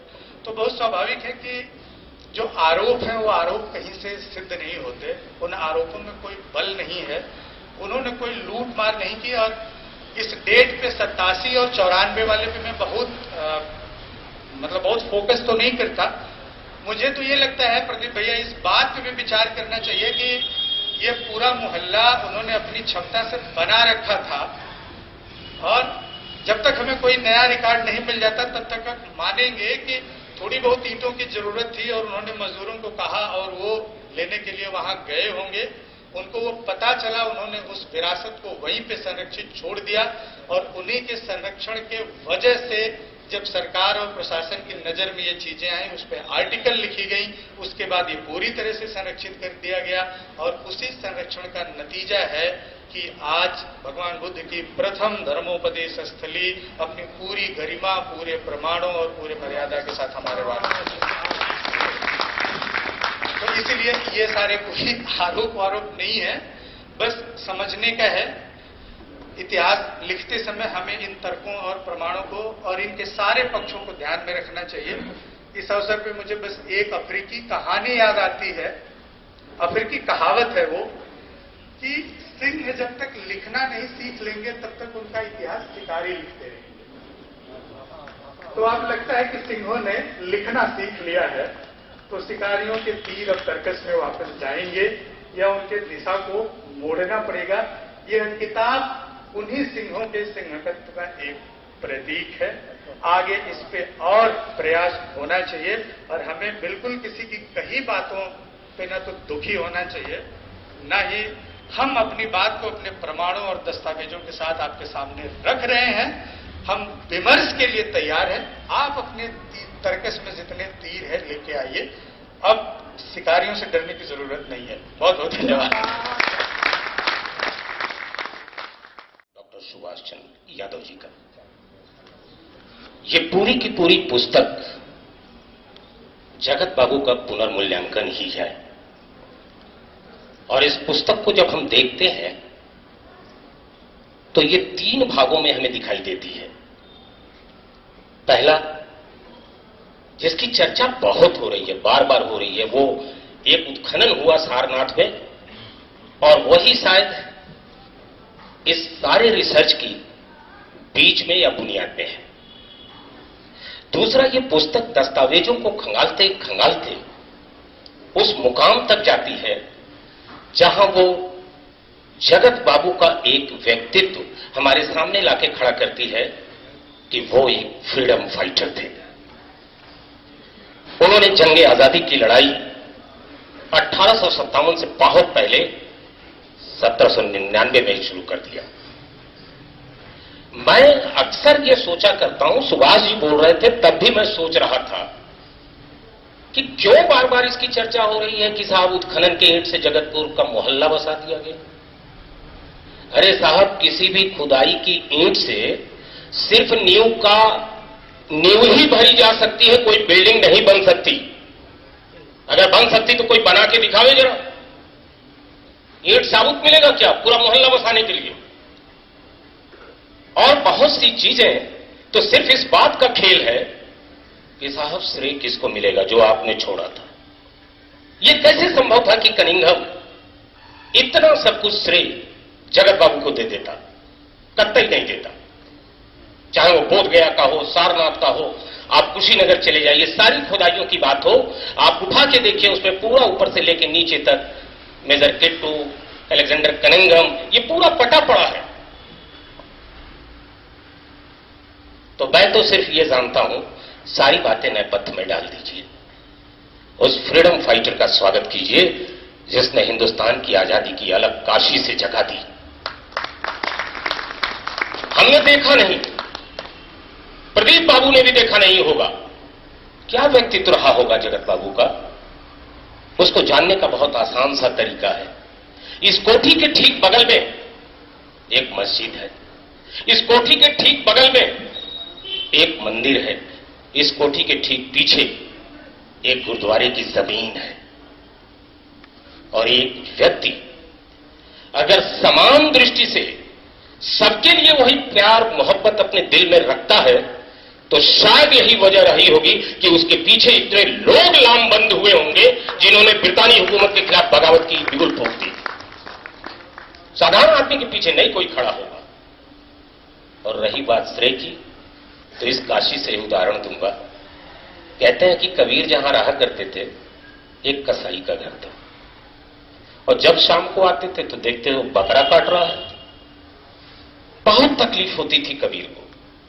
कबीर सोचते थे कि जो कार्य मैं नहीं कर रहा उसकी तकलीफ मुझे क्यों हो रही है। कहते हैं एक दिन उनको इल्हाम हुआ, उर्दू वर्ड है, और यहीं से खेल शुरू होता है अध्यात्म और सांसारिकता का। जिन प्रश्नों का उत्तर हम अपनी बौद्धिक क्षमता से नहीं प्राप्त कर पाते, उन प्रश्नों का उत्तर तो परम पिता परमेश्वर जो भी नाम दे दें वो स्वतः आपको दे देता है। तो इल्हाम हुआ, कबीर ने 2 पंक्तियां डाली। कबीरा तेरी झोपड़ी गलकटियन के पास। हे कबीर, तेरी झोपड़ी गला काटने वालों के पास है, तू न परिस्थिति बदल सकता है, न उस आदमी को बदल सकता है। तो फिर तो दूसरी लाइन में उत्तर था, कबीरा तेरी झोपड़ी गलकटियन के पास, जो करेगा सो भरेगा, तू काहे हो तू दास। लेकिन ये दूसरी लाइन दुधारी तलवार है। ये सिर्फ दूसरों के लिए नहीं कह रहे हैं कबीर, हम अगर करेंगे गलत तो हम भी भरेंगे, और वो करेगा तो वो भी भरेगा। मैं तो सिर्फ इतना कहना चाहूंगा प्रदीप बाबू, वो छोड़िए सारनाथ के ईंटों के उत्खनन की बात, इस दृष्टि से देखिए इतिहास के पन्नों में कि उस वक्त भी उस स्थिति में जाके जगत बाबू बैठे हुए थे जहां अंग्रेज टोटल नाम नहीं मिटा सकते थे, उनको लिखना मजबूरी था। और जब जब जिक्र सारनाथ का आएगा, उसके उत्खनन की बात आएगी, जगत बाबू का नाम लेना पड़ेगा। भले हो ही नहीं सकता वो,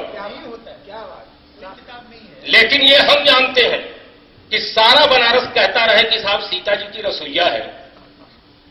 किसी दृष्टि से सीता जी की रसोईया पता चलती नहीं, जनश्रुति में तो यही कहा जाता है। अब टोडरमल का पत्थर आप लगवाते रहो, हमें गवाही अंग्रेजों को नहीं देनी, हमें उन लोगों को नहीं देनी जो श्रेय लेना चाहते हैं।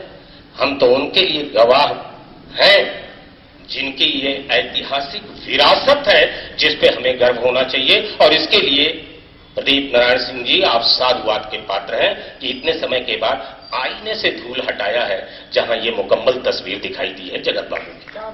मैं इन्हीं शब्दों के साथ एक बार पुनः, इतने लोग बैठे हुए हैं, मैं अपने को भी नहीं रोक पा रहा हूं बोलने से, मैं प्रोफेसर ध्रुव कुमार सिंह जी से सादर आग्रह करूंगा, ध्रुव कुमार जी से, कि थोड़ा हाँ वो आएंगे।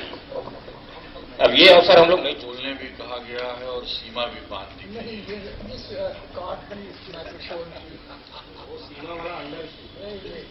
मैं सबसे पहले प्रोफेसर राणा पीवी सिंह साहब से अनुमति लेता हूं। यहाँ सब लोग बनारस के अध्येता हैं, मैं अकेला बनारस का अध्येता नहीं, तो इस नाते हमारी 2-4 बात अगर आप सुन लें तो मैं आपका आभार ही समझूंगा। देखिए, अंग्रेज भारत आए और ये श्रेय के पचड़े में हम लोगों को पड़ना ही नहीं चाहिए। यहां जो कुछ था वो आप ही का था, वो उनका था नहीं। पहली बात तो ये है, आपका था और आप उससे उस रूप में उस समय परिचित नहीं थे, ये उस वक्त का तकाजा था। इसको भी स्वीकार करना चाहिए। और जो आए थे वो आप ही का दबा हुआ, यहां का गड़ा हुआ खोदने ही आए थे, वो और कुछ करने आए नहीं थे। ये कहानी सिर्फ कनिंघम की नहीं है, ये कहानी रॉक्सबर्ग की भी है, ये कहानी नथानियल वालिक की भी है। ये पेड़ पौधे आप ही के थे, ये इंग्लैंड में नहीं होते थे, वो यहां से ले गए उनको उठा के। अब वहां धर्म जुड़ा नहीं था, तो इसलिए वो बात वैसे और उस शिद्दत से कही नहीं जाती है। जो मूल बात है जो सुभाष जी ने कही, उसमें मौलिक बात है, वो ये समझना चाहिए आपको कि कोई सत्ता कायम करने की कोशिश कर रहा है, आप उसके खिलाफ विद्रोह कर रहे हैं, वो क्यों आपको श्रेय देने लगे? देखिए, जब हम हिंदुस्तान में गड़े हुए किसी चीज को ढूंढते हैं और श्रेय की इच्छा और अभिलाषा या अपेक्षा रखते हैं कि उस समय के अंग्रेजों ने हमें श्रेय दिया है, ये प्रश्न बेमानी है। उन्होंने अपने हिसाब से लिखा, अब जो प्रमाण मिल रहे हैं उसको उस हिसाब से सजाया जाना चाहिए। मौलिक मुद्दा ये है, ब्रिटिशर्स और नो ब्रिटिशर्स, कॉलोनियलिज्म और नो कॉलोनियलिज्म, ब्रिटिश एम्पायर और no empire, doesn't make a difference. At this point of time, we are getting aware of our own heritage. Let us celebrate that opportunity. ये बात ठीक है। इसमें Nobel prize तो मिलना नहीं है कि कनिंघम ने पहले खोजा या आरोप किस पे लगाया। भाई, कनिंघम आरोप नहीं लगाया, ये मेरे लिए आश्चर्य की बात है। भाई, वो आपसे यहां मोहब्बत करने नहीं आया था उतनी दूर से कोई, वो व्यापार करने आए थे। व्यापार के लिए उन्होंने युद्ध किया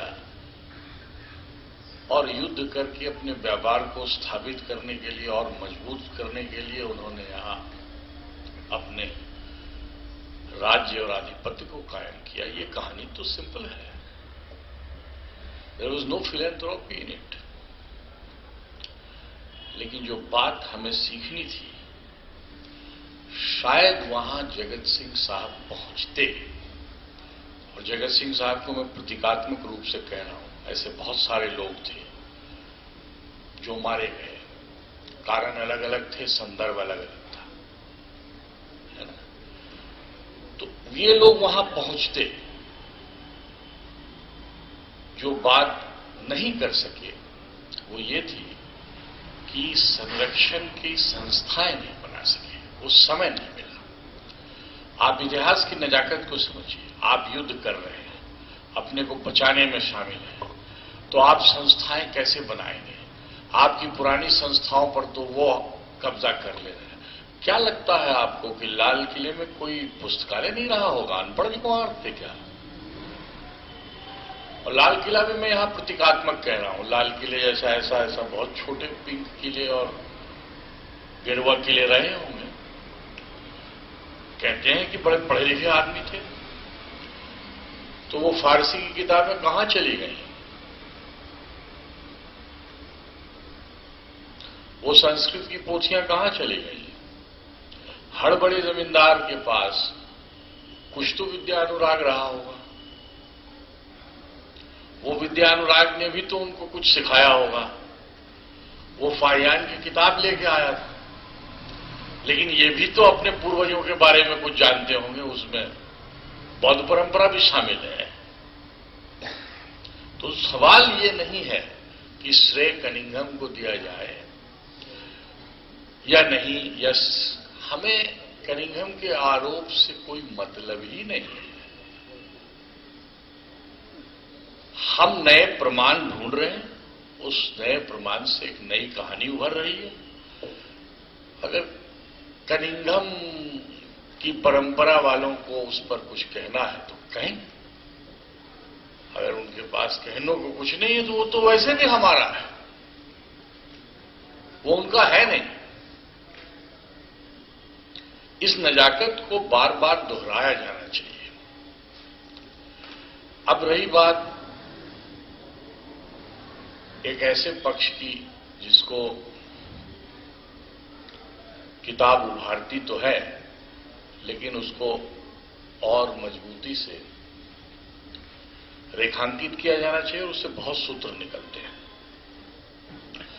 देखिए, पठन पाठन भी अकेले नहीं किया जा सकता, दार्शनिक गुणन चिंतन भी अकेले नहीं हो सकता, और युद्ध तो अकेले कतई नहीं हो सकता।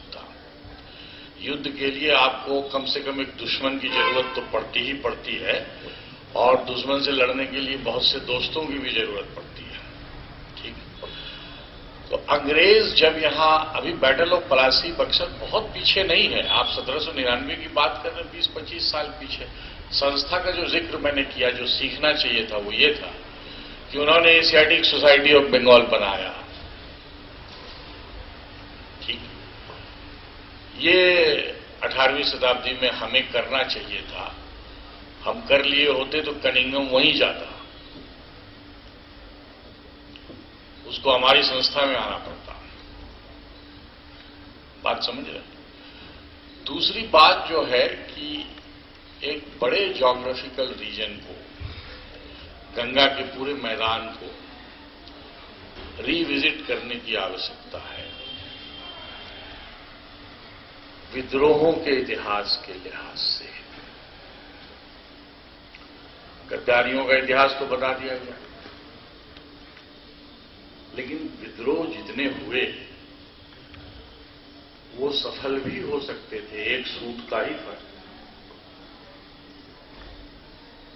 भाई हेस्टिंग साहब को आप न छोड़े होते, कहानी बिल्कुल दूसरी होती, इतिहास बिल्कुल दूसरा होता। आप बात को समझिए। तो अभी तक हमें बाबू जगत सिंह साहब की कोई छवि नहीं मिली है। मैं फोटोग्राफ नहीं कह रहा क्योंकि उस समय कैमरा था नहीं।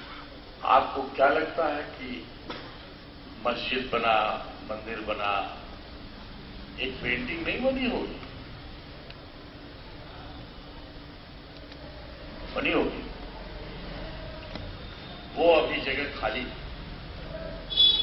उनके साथ साथ लड़ने वाले और 100 लोग होंगे, छोटे बड़े,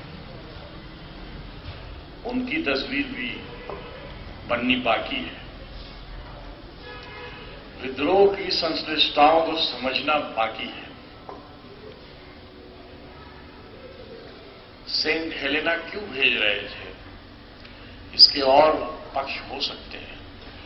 हो सकता है कि वो प्रतीक इतना मजबूत हो कि उसे आसपास रखना मुनासिब न समझा गया, कि कल कहीं फिर ये यूनिटी का सिंबल न बन जाएगा। बाहर क्यों भेजा जाता है? तो जाए, नजर से दूर हो जाए, इसके आसपास कोई ताना बाना न बुना जा सके। तो ये जो पूरी क्रोनोलॉजी है बनारस की, जो पीछे जाती है, वो बनारस कहना यहां हमारे हिसाब से संकीर्णता की बात है। ये पूरे गंगा के मैदान का एक सांस्कृतिक इलाका इसमें इन्वॉल्व है।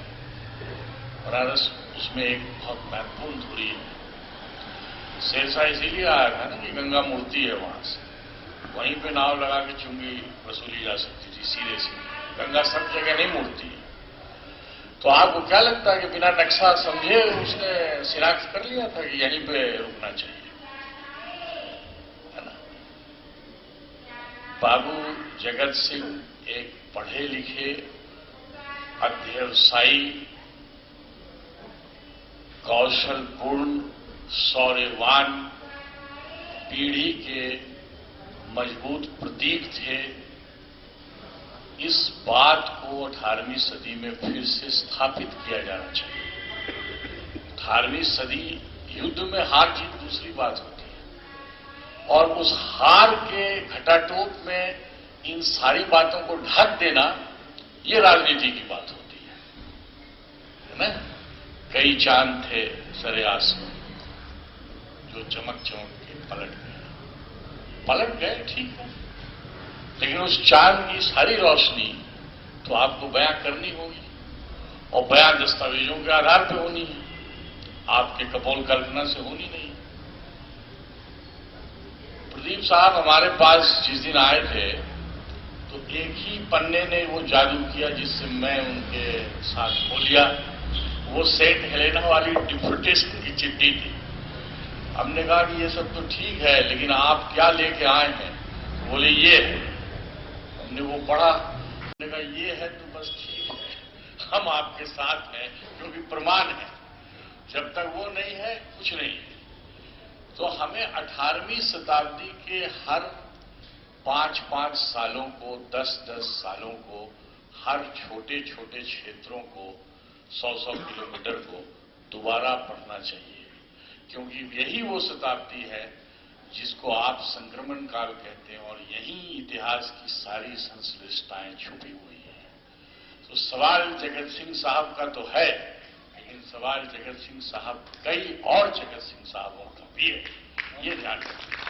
ये सिर्फ इसका नहीं है कि एक हमने, ये तो शुरुआत है, यहां से कहानी शुरू होती है। उन्होंने जो कहा वो सेरेंडिपिटी, वो तो हमेशा होता है। भाई अब खोलने गए हम, कुछ मिल गया, कुछ कहानी हो गई। और इनके अनुशासन में तो सेरेंडिपिटी ही होता है। अक्सर जो खुदाई हुई वो ऐसे ही हुई है, मजाक की बात नहीं। लेकिन दस्तावेज हमें सौभाग्य से सब अंग्रेजी में मिले हैं, कुछ फारसी में मिले हैं, लेकिन 18वीं शताब्दी का आखिरी समय जो दूसरा उत्तरार्ध है, ये कॉमन सेंस कहता है कि जितना अंग्रेजी में मिलना चाहिए उतना ही फारसी में मिलना चाहिए, नहीं तो उससे ज्यादा फारसी में मिलना चाहिए। अगर फारसी में ज्यादा मिलता है तो कमोबेश कुछ हिंदी, हिंदवी, ब्रजभाषा जो कह लें उसमें भी मिलना चाहिए, क्षेत्रीय बोलियों में भी मिलना चाहिए, अवधि में भी मिलना चाहिए। इतना बड़ा रिवेलियन हुआ होगा तो 18वीं सदी में कोई बनारस के कोने में कवि मना नहीं रहा होगा जिसने 20 कविताएं लिखी हो। अभी आज हमको नहीं मालूम हो, मालूम करना चाहिए। कोई फारसी का शायर नहीं रहा होगा जिसने 5 कसीदा लिखा हो, उनके बारे में लिखा ही होगा, हमें नहीं पता। ये तो कॉमन सेंस कह रहा है। तो ये 18वीं शताब्दी और खासकर उसका उत्तरार्ध जो है, जिसमें युद्ध में हम हारे जरूर, लेकिन उस हार के नीचे कई सारी जीत दब गई हैं, उसको उभारना चाहिए, उसके दस्तावेज निकालने चाहिए। ये सब दस्तावेजों में दर्ज होगा, ये हो ही नहीं सकता कि नहीं होगा। आपको क्या लगता है कि 1750 से 1820 तक सारे कवि मर गए, सारे फारसी के लेखक मर गए? हो नहीं सकता। कहां है वो रिसाला, कहां है वो किताबें? तो हमें गहरी बात तक जाना है। ये मंदिर, मस्जिद, ये जो प्रतीक हैं, उस गहराई के प्रतीक हैं कि इतिहास साझा ऊपर से खाली नहीं था, इतिहास नीचे से भी साझा था, गहराई में साझा था। तो उन दस्तावेजों को निकालना है। तो ये किताब इन सूत्रों की तरफ ले जाती है, जहां से मेनी बनारस, मेनी रिबेलियन, है ना, मेनी रीजन्स, मेनी हीरोज, एक्सिस जगत सिंह साहब, ये खोजने का तौर तरीका है। मेथड्स इसके नोन है, लेकिन इसके लिए जो चाहिए, जिसके लिए प्रदीप साहब का हम लोगों को धन्यवाद करना चाहिए। ये बड़े हम ह्यूमिलिटी से कह रहे हैं भाई, ये तो विश्वविद्यालय में पीएचडी होती है, 5 साल कोई जीवन में खपाता है किसी काम को जानने समझने के लिए। इन्होंने भी खपाया और उन्होंने तो पता नहीं कितने दशक खपा दिए हैं। लेकिन एक गैर विश्वविद्यालय परिवेश में रहकर ऐसी चुनौतियों को अंगीकार करके इस तरह के दस्तावेजों को खोज कर रखना, ये बनारस में जो ये 3-4 विश्वविद्यालय हैं उनके लिए चुनौती है। वहाँ के इतिहास के विद्यार्थियों के लिए, वहाँ के पुरातत्ववेत्ताओं के लिए ये चुनौती है कि अब वो और कुछ ढूंढ के निकालें जिससे इस इमारत के नीचे और जितनी इमारतें हैं वो और उनकी खिड़कियां खुले। तो इसका कोई बहुत एक किताब हो गई, ठीक है, ये हो गई, इसके पीछे भी तो बहुत चीजें होंगी। किसने जगत सिंह को पढ़ाया, क्या पढ़ाया, किसने उनको ऐसे मूल्य किसने दिए जिससे वो शौर्यवान हो सके, ऐसा चरित्र क्यों मिला जिससे दुश्मन भी थोड़ा आतंकित था। भाई लेटर्स में लिखा है कि इनसे मोहब्बत से पेश आओ, तरीके से इनको ले जाओ, इनके साथ दुर्व्यवहार न करो, इनके साथ जो लोग हैं उनको भी साथ ठीक से ले जाओ। भाई आप एक रेबेलियन के कल्प्रिट को ले जा रहे हैं और ये भी आदेश दे रहे हैं कि ये सिविलरी उस 18वीं सेंचुरी का प्रतीक है, ये आज की पुलिस व्यवस्था नहीं। तो और कौन गए साथ, उनके कॉन्फिडेंट्स कौन लोग थे, किन लोगों ने धोखा दिया, ये सारे इतिहास के परत तो अभी खोलने। मेरे ख्याल से ये किताब इन सब के लिए निमंत्रण है। इस निमंत्रण को जितना हम स्वीकार करें उतना हम इतिहास की सेवा करने की तरफ अग्रसर होंगे, प्रवृत्त होंगे। आपका बहुत बहुत काशी हिंदू विश्वविद्यालय के इतिहास विभाग में प्रोफेसर ध्रुव कुमार जी, महामना अभिलेखागार के आप प्रमुख भी हैं। 2 चुनौतियों की तरफ आपने इशारा किया। क्यों हिंदुस्तान का आदमी बार बार अपने ही इतिहास को खंगालने के लिए ब्रिटिश म्यूजियम जाए? उससे बेहतर है कि हिंदुस्तान के अंदर म्यूजियम बनाया जाए कि अपनी मेमोरी को दुरुस्त करने के लिए वो अंग्रेज हिंदुस्तान में आए। ये बात मेरे जहन में भी आई थी, जिसकी तरफ इशारा किया प्रोफेसर ध्रुव कुमार जी ने। और शायद मैं जब पहली बार यहां आया था प्रेस कॉन्फ्रेंस के लिए, तो मैंने प्रदीप जी को ये बात कही भी थी कि जगन बाबू का कोई चित्र नहीं है, सब तरफ से भरा पूरा है, बस ये चित्र नहीं है। फिर जहन में आया कि जिस व्यक्ति को डेथ सेंटेंस हुआ हो, आजीवन कारावास हुआ हो, तो कम से कम इस तरह की जगहों पे तो ये कार्रवाइयां बड़ी मुकम्मल होती हैं। लेकिन उस समय फोटोग्राफी का भी बहुत प्रचलन नहीं था। लेकिन अगर मैं कहूं कि चित्रकारी, पेंटिंग, ये तो उससे पहले की विरासत है हिंदुस्तान की, बहुत पहले की। यह भी एक चुनौतीपूर्ण कार्य है जिसको खंगाला जाना चाहिए, खोजा जाना चाहिए। और मुझे लगता है कि 5वीं-6वीं पीढ़ी पे आने के बाद स्मृतियों का सहारा भी लेना थोड़ा मुश्किल है परिवार के लिए, इसकी पेंटिंग या तैल चित्र बनाने के लिए। आइए बात को आगे बढ़ाते हैं और एक ऐसी शख्सियत हमारे बीच हैं जिन्होंने अपने विषय का अध्यापन मात्र अध्यापन तक ही सीमित नहीं रखा, वरन समाज सेवा के लिए भी उसका उपयोग किया। काशी के अंदर बहुत से लोग तमाम फैक्ट्स खंगालने के लिए उस शख्स की किताबों को खंगालते हैं। पंचकोश की यात्रा पे निकलने वाले लोग अगर साथ में गाइड है तो गाइड की तमन्ना होती है कि कुछ ऐसा खास मिल जाए जो मैं इन लोगों को बताऊं।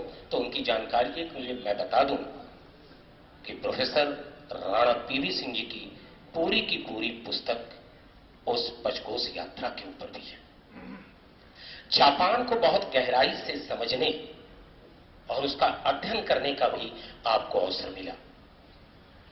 मुझे याद है कि एक, शायद गुरुवर को याद नहीं होगा, यूपी कॉलेज में एक मैंने आपका वक्तव्य रखा था, उसका विषय ही था नागासाकी और हिरोशिमा, द्वितीय विश्व युद्ध के बाद एक तुलनात्मक अध्ययन, पूर्व में और बाद में।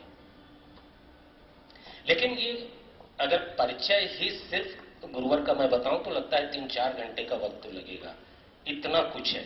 लेकिन ये भी मैं नहीं कर सकता कि संक्षेप में ना बताऊं। 11 पुस्तकें तो मात्र काशी, वाराणसी और बनारस के ऊपर है। 145 शोध पत्र, 342 पेपर और 43 पुस्तकों के आप लेखक हैं। 79 लेक्चर विश्व के 25 देशों में आपका हुआ है। गंगा रत्न आपको गंगा महासभा इंडिया द्वारा दिया गया है। कौशल रत्न आपको मिला हुआ है। एशियन कल्चरल लैंडस्केप एसोसिएशन के आप अध्यक्ष हैं और इस एसोसिएशन में शामिल हैं कोरिया, इटली, जापान और भारत। इतना ही नहीं, centre of south Asian studies, university of Japan के आप विजिटिंग प्रोफेसर रहे हैं। देश के अनेक संस्थाओं के आप सलाहकार कमेटी के मेंबर रहे हैं। लेकिन एक बात कह के मैं गुरुवर को आमंत्रित करूंगा बोलने के लिए। हम लोग जब इंटरमीडिएट में पढ़ा करते थे तो एकमात्र गुरुवर का सब्जेक्ट यानी हमारा सब्जेक्ट और प्रोफेसर ध्रुव कुमार जी का सब्जेक्ट मात्र यही ऑप्शनल होता था। जिस दिन पेपर होगा भूगोल का, उस दिन भूगोल वाले इम्तिहान देंगे और इतिहास वाले इतिहास। प्रदीप नारायण जी को साधुवाद देते हुए मैं गुरुवर को आमंत्रित करूंगा बोलने के लिए कि आज इस मंच के ऊपर इतिहासविद भी हैं, भूगोलविद भी हैं और बीच में सुभाष जी के रूप में पुरातत्वविद भी बैठे हुए हैं। और अपने बारे में मैं बिल्कुल नहीं कहूंगा। मैं गुरुवर को सादर आमंत्रित करता हूं इस अनुरोध के साथ कि वो अपना पहले उद्बोधन हम सबको देंगे और फिर एक महती जिम्मेदारी और गुरुवर को कि आप धन्यवाद ज्ञापन भी करें। शायद मैं जीवन में पहली बार धन्यवाद देने जाऊंगा क्योंकि इस महा दबाव वाले कार्य से मुक्त हूं, लेकिन फंस गया हूं, इसलिए हूं। अस्वस्थ हूं, चलने लायक नहीं हूं। 2.5 महीने में तीसरा दिन है और तीनों का जो है त्रिशंकु का जो ये कर्म हमारा कराया प्रदीप जी कराया। पहले दिन यहाँ मीटिंग कराए, फिर उद्घाटन वाले में फिर आज भी टांग टूंग के लाए हैं बनारसी स्टाइल। तो मुझे ज्यादा कुछ नहीं कहना है। मैं एक लेखक तो नहीं कह सकता, हाँ बनारसी स्टाइल में मैं ये कह सकता हूँ, मैं के शब्दों में घुमक्कड़ शास्त्र वाला आदमी हूँ। तो यहाँ की गालियों पर भी मेरा लेख है और pure cosmology, astrophysics, MIT PG line दी। तो मैं किसी चीज का नहीं स्पेशलिस्ट हूँ, मैं जानता हूँ। तो ये जो अरविंद जी कहें, ये कई लिंक है इनसे, इसलिए कहें। ये नहीं बताया कि स्कूटर पर टांग के ले गए थे यूपी काले और 2 जगह पंचर हो गई थी स्कूटर। तो मुझे इनको देखते याद आता है। एनीवे, एक कहावत है कि यथा नामो तथा गुण। एक पर बैक है, अभी जीवित है। थ्योरेटिकल फिजिक्स में एक कॉन्सेप्ट पर सबसे अधिक लिखा गया है, उसको क्रॉस थियरी कहते हैं या सेल्फ ऑर्गेनाइज्ड क्रिटिकलिटी थियरी देते हैं। 1967 में 27 वर्ष का एक आदमी उसे लिखता है और सबसे अधिक उस पर बहस चली है। तो उसमें एक बात आती है, मैं उन्हीं के कॉन्सेप्ट से बात बताऊंगा तब इस पर आऊंगा। ज्यादा मैं इस पर इसलिए नहीं बोलूंगा, मैं इसका पार्ट हर दुख सुख जो झेला है 4.5 साल प्रदीप जी के गाइडेंस में और उनके गदा से, तो इसे बहुत कुछ नहीं कहूंगा। कुछ दर्द और कुछ यूनिक चीजें केवल आपसे शेयर करूंगा। तो उसमें कहता है, पर बैक का एक चैप्टर है कि सबसे अधिक आपके जीवन में वो कौन चीज है जो बोली जाती है। पूरा एक फिजिसिस्ट लिखता है इसको, और वो है स्वयं आपका अपना नाम। उसकी वो इंटरनेशनल व्याख्या करता है। मैंने ये क्यों कहा कि इसी से शुरू होता है। तो एक दिशा से हम गिना देते हैं तो ध्रुव तारा के रूप में पूरे आर्काइव के मालिक बैठे हुए हैं। नाम भी उनका ध्रुव है तो वो अटल है। जैसा कि आपने वक्तव्य में सुना, प्रोफेसर ध्रुव कुमार जी हमारे छोटे भाई हैं, मित्र भी हैं और कोलैबोरेटर भी हैं। आपको मैं नमन करता हूं। सुभाष जी की सब बात सब लोग कहे, बड़ी प्रशंसा किए। हम एक बात उनको इंटरनेशनल फोरम पर कहते हैं कि काशी में पहली बार एक ऐसा काम हुआ जिसकी 100% क्रेडिट इस आदमी को है, जिसने सब कुछ सह करके, कुछ दुख दर्द में मैं साथ रहा हूं इसलिए मैं वो दर्द जानता हूं। गुरुधाम टेम्पल को रिनोवेट करके जीवित कर दिया और इंटरनेशनल रोशन निकाला उस पर, जिस पर कभी कविराज जी महामहोपाध्याय जी ने लिखा था 1967 में, खत्म था लगभग, और उसको जीवंत कर दिया। और कई चीजें बनाए आपने सुना होगा, लेकिन ऐसे 3 ही बिल्डिंग है पूरे साउथ एशिया, जिसमें से एक बिल्डिंग समाप्त हो रही है और शेर जाता है इस व्यक्ति को जिसने दिया।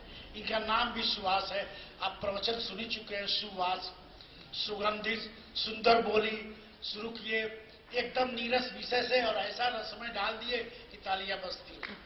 तो ठीक है, तो हमारा अनुग्रह है। और एक जो है वो बुद्ध के फॉलोअर है, और शोक का अवतार यहाँ हो गया है काशी में।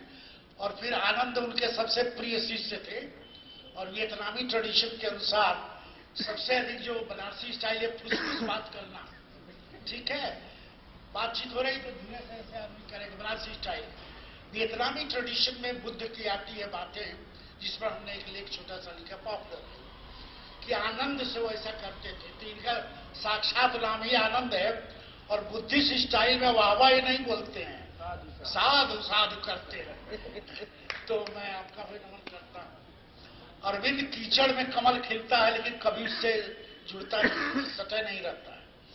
लक्ष्मी का भी वास है, सौंदर्य का भी वास है, ज्ञान का भी वास है। तो अरविंद जी को भी मैं नमन और आशीर्वाद दोनों ही देता हूँ। 2 लोग और हैं, एक है जो कभी मिटे ही नहीं, किधर खिसक गए हैं पता नहीं, अमित जी किधर से कल चले गए, कहीं है कि नहीं? हाँ, तो उनको कोई मिटा ही नहीं सकता। वो ऐसी लकीर हैं जो इन्फिनिटी में चलते हैं, टूरिज्म को देखते हैं, तो इस तरह से है, तो उनको भी नमन करता हूँ। वो जो दीप सुंदर रूप में सदा ज्वलंत रहे, वो प्रदीप जी है। अभी मैं आपको कोई भाषण नहीं दूंगा, अभी हम कुछ उदाहरण बताऊंगा।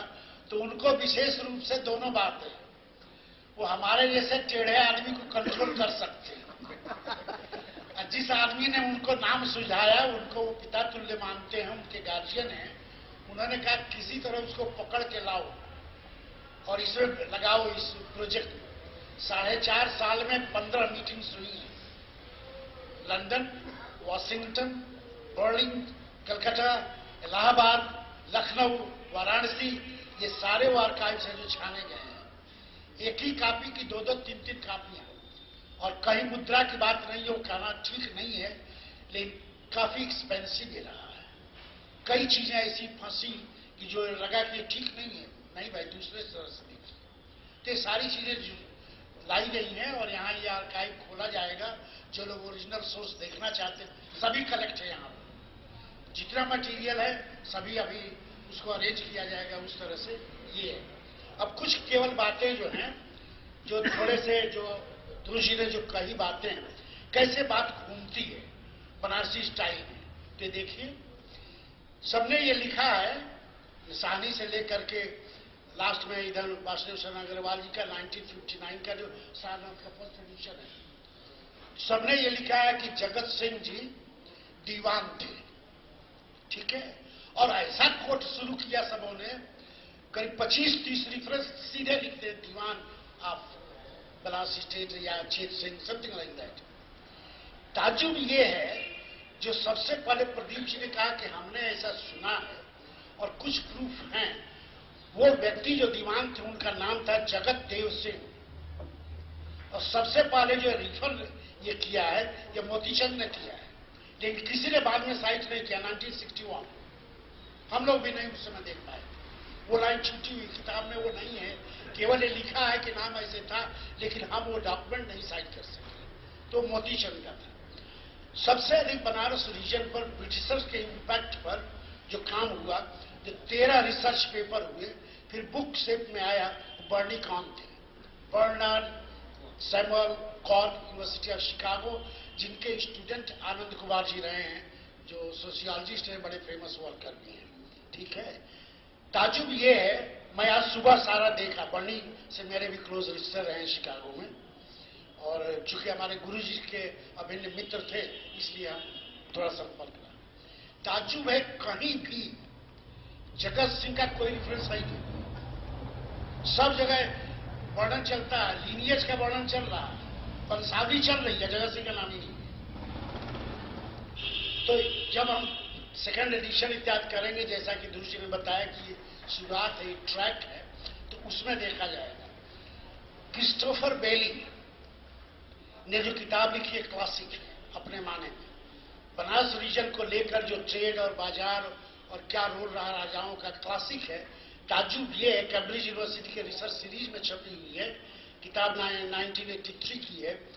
कहीं भी एक वर्ड जगत सिंह भैया नहीं। ये मैं आज चेक करके बता रहा हूं, 3-4 घंटा ये काम किया कि जगत सिंह कहां कहां छूटे हैं और कैसे ये भूल हो गई कि हम लोग थोड़ा टाइट किताब छापी गई तो शायद ये कहीं ना कहीं रिफरेंस देते। लेकिन जैसा कि ध्रुव जी ने कहा, ये तो शुरुआत है भाई, कभी भी ये नहीं कह सकते this is the last, never. और मैं बाय द वे याद आ गया तो वो भी सुन लीजिए।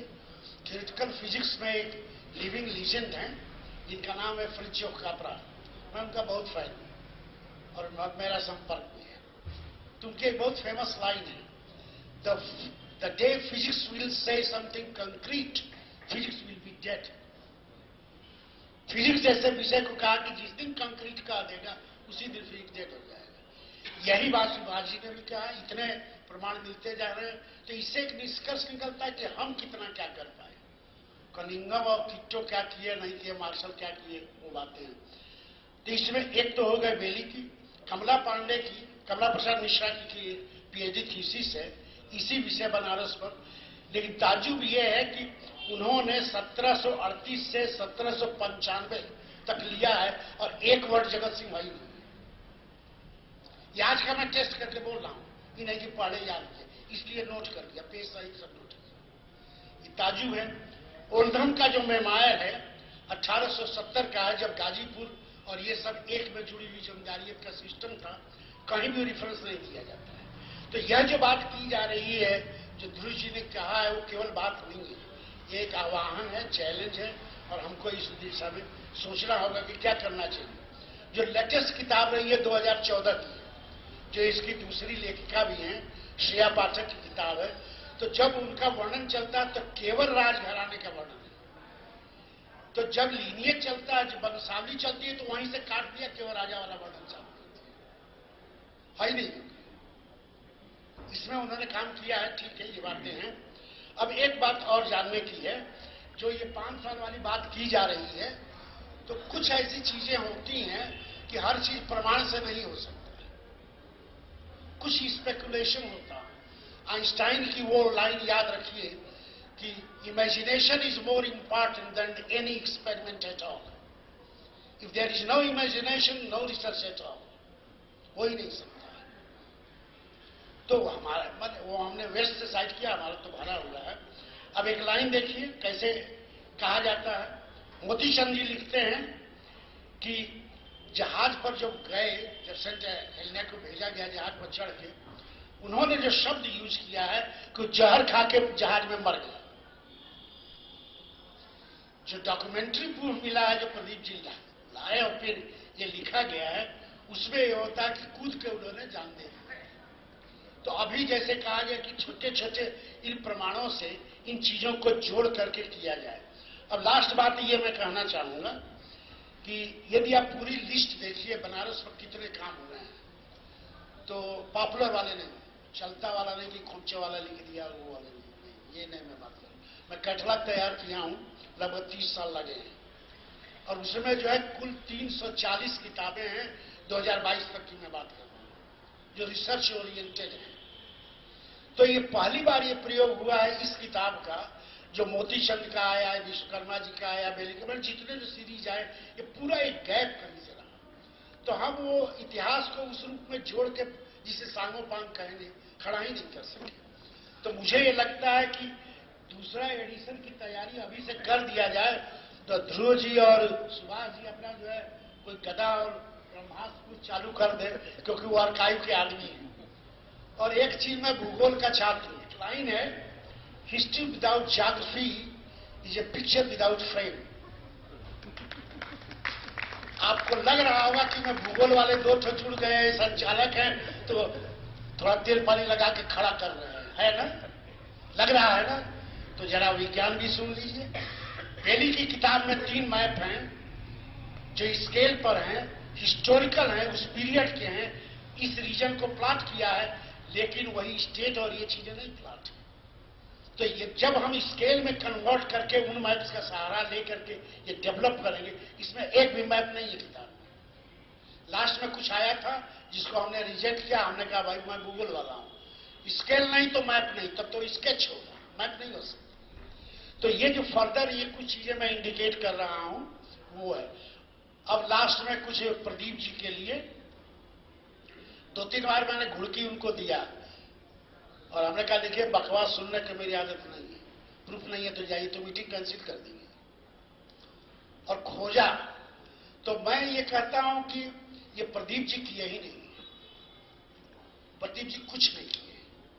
कहीं न कहीं बाबू जगत सिंह की आत्मा किसी न किसी रूप में प्रयोग नहीं की होती तो कभी भी प्रदीप जी इसमें रिसर्चर तो है नहीं। तो हम लोग जो तर्क कर रहे थे वकील साहब के सामने, वही मीटिंग होती थी हमारी, घंटों घंटों चलती थी, सब पेपर खोल करके। तो कैसे वो व्यक्ति का ठीक है हम जा रहे हैं, हम जाते हैं, बंद कर लो मीटिंग, काफी चलाओ भाई, ब्रेड चलाओ, हाँ खिलाओ भाई चलो। और उसके बाद वो शख्स दौड़ता है, आदमी नियुक्त करता है, 4-4 रिसर्च स्कॉलर दिल्ली में काम कर रहे हैं, एक फोटोग्राफ जो इसमें नहीं छपा। हमने कहा कि भाई AIIS का जो आर्काइव है जो यहां से शिफ्ट हो गया, उसमें पुराने हो सकते हैं फोटोग्राफ। आपको ताज्जुब होगा, करीब 1200 फोटोग्राफ, सभी बड़े साइज पर, सभी 2 MB से एबव, जो हमारे कंप्यूटर में खुल नहीं रहे, सब इन्होंने लोड करा दिया, मेरा कंप्यूटर बैठा दिया। और ये ताज्जुब हुआ कि उसमें से एक भी मैंने नहीं सिलेक्ट किया, तो उस पर इन्होंने कोई ऑब्जेक्शन नहीं किया। हमने कहा नहीं, वो क्वालिटी जो चीज चाहिए थी धर्मराजिका वाली बात, वो नहीं आ रही है, हमें वो चाहिए जिस पर हम कह सके कि कैसे वो हुआ था। तो ये कुछ चीजें और हैं। 2 और मैप जो छपने चाहिए थे, जो आगे और काम किया जाएगा। जो पहला मैप दयाराम साहनी का जो फर्स्ट 1914 में छपता है, उसमें धर्मराजिका नहीं लिखा है, लिखा है जगत सिंह स्तूप, जो मेरे एक लेख में छपा हुआ है, और कई लोग छपे हुए हैं, सुभाष जी जानते हैं, ये लोग कई अपनी रिपोर्ट में निकाले हुए हैं, और बाद में नाम जुड़ता है। जो प्लेट छपा हुआ इस किताब में, तो उसमें लिखा अर्लियर इट वाज कार्ड, लेकिन ये प्रूफ सीधे नहीं दिया कि कैसे किया। जैसे धर्मराज की जो बात आई तो अशोक के, तो वो जो लिखा हुआ प्लेट पर वो थोड़ा मॉडिफाई होनी चाहिए और हमारे तरीके में होने चाहिए, न कि उस तरीके में। तो ये कुछ ऐसी बातें हैं जो मैं शेयर करना आप लोगों से चाह रहा था, और आपने हमें भी यहाँ बुलाया, इसके लिए बहुत बहुत धन्यवाद। आप सभी लोगों को प्रणाम। यहाँ कहावत है कि काशी के हर कंकड़ में शिव है ना? नहीं? अच्छा, ये एक मैं छोटी सी बात पूछ चाहूं, कितने लोग शेख अली हजीम का नाम सुने हैं? पर्शियन पोएट, नाम सुना है आपने? आप गालिब का जरूर सुने होंगे, क्योंकि ज्यादा डमरू उनका बजता है, तो जो बजा ले डमरू वाह वाह वाह। और काशी में तो और है, एक पड़ाका छोड़ो पूरे शहर में फैल जाए, वाह वाह वाह वाह वाह, यही करते हैं ना।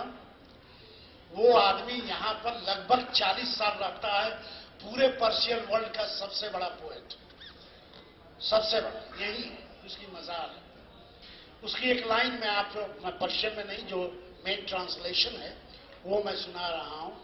काश मैं अपने जवानी के दिन में यहाँ आया होता तो सबको समझा सकता जो अब मैं कहने जा रहा हूं, क्योंकि अब मैं खुदा के लिए प्यारे होने जा रहा हूं। ये जाके आप देख सकते हैं, फातमान में उनका शेख अली के पूरा इंस्क्रिप्शन है पर्शियन में, जिसको हम लोगों ने छापा है ट्रांसलेशन के साथ। कहता है कि काश मैं उस तरह आता ये, और फिर कहता है तब मैं बताता कि हर कंकड़ में तो शिव है और राम है, वही तो खुदा है।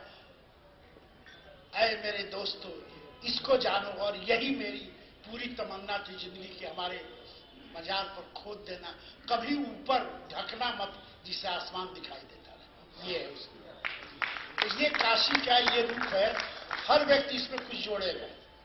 जैसे एक बात कह लिए कि मित्र, इन्होंने 3 उपन्यासों का नाम लिया,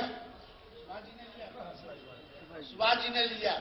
मैं उनके घर में रहा हूं और मेरे ऊपर एक छोटा हिंदी में छपा हुआ है, सर मुझे जूता मत मारिए जीने दीजिए, उन्हीं पर लिखा गया है। क्योंकि हमको जूता, हमने हाथ जोड़ा, जूता निकाल लिए थे मेरे ऊपर। तो उसके बाद वो कहानी लिखी, कहानी है, सर मुझे जूता मत मारिए, छोड़ दीजिए।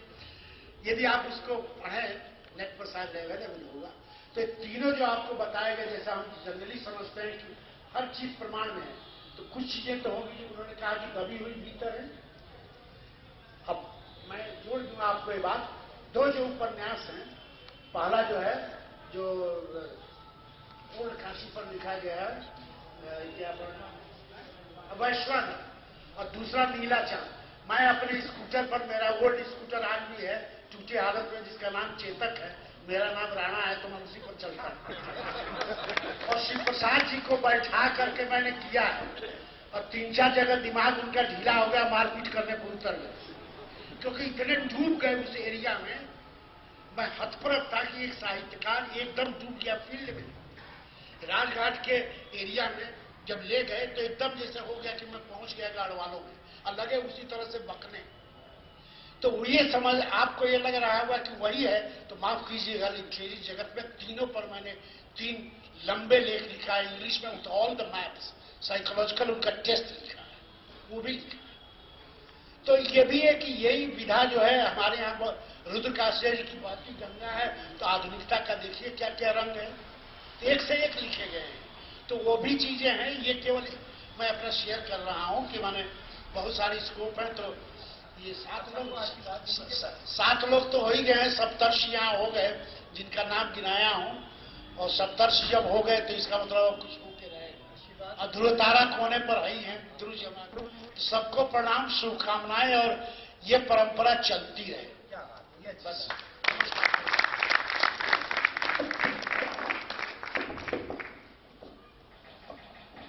बहुत बहुत धन्यवाद गुरुवर। सारी जिंदगी दूसरों से मुलाकात करने वाला यदि मुलाकात नहीं कर पाता है तो सिर्फ अपने आप से, और जिस दिन अपने आप से मुलाकात हो जाए, इस पूरी कायनात में किसी से मुलाकात की आवश्यकता नहीं रह जाती। ये किसने दस्तक दी दिल पे, ये कौन है? आप तो अंदर हैं, बाहर कौन है?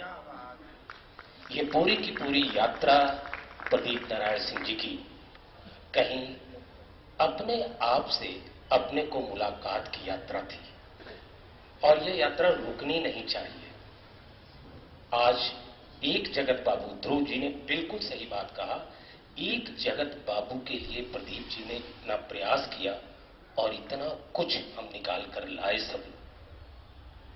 कितने ऐसे जगत बाबू होंगे जिनका इतिहास के पन्नों में नामो निशान नहीं, फांसी के फंदे पे वो झूल गए, जिनको अपने नाम की चाहत नहीं। और फिर ऐसे में अगर कोई ये कहे कि श्रेय सिर्फ मेरा है, तो इससे बड़ी जाति और कोई भी नहीं। देश की जंग आजादी में सबका योगदान है, सबने अपना खून दिया है, और आज जरूरत है ऐसे उन गुमनाम शख्सियतों को खोज के बाहर लाने की जिन्होंने इस देश के लिए अपना सर्वस्व न्यौछावर कर दिया। आप सभी को शायद जानकारी होगी, ध्रुव जी को तो जानकारी ही होगी, इस वर्तमान समय में प्रत्येक डिस्ट्रिक्ट का इतिहास लिखाया जा रहा है। काशी के भी कई लोग लगे हुए हैं और इस कार्य को कर रहे हैं। बस इतना अनुरोध है, कहीं ऐसा कोई तथ्य ना आ जाए जिस पे 25 साल के बाद फिर इसी तरह से बैठ के हम बहस कर रहे हों कि ये तथ्य यहां गलत कैसे आ गया। आप सभी यहां आए, इसके लिए हम हृदय से आपके आभारी हैं। और कुछ तो नहीं कर सकते, ठंड का मौसम है, थोड़ा सा इंतजार कीजिए और गर्मा गर्म सूक्ष्म जलपान करके जाइए। Thank you.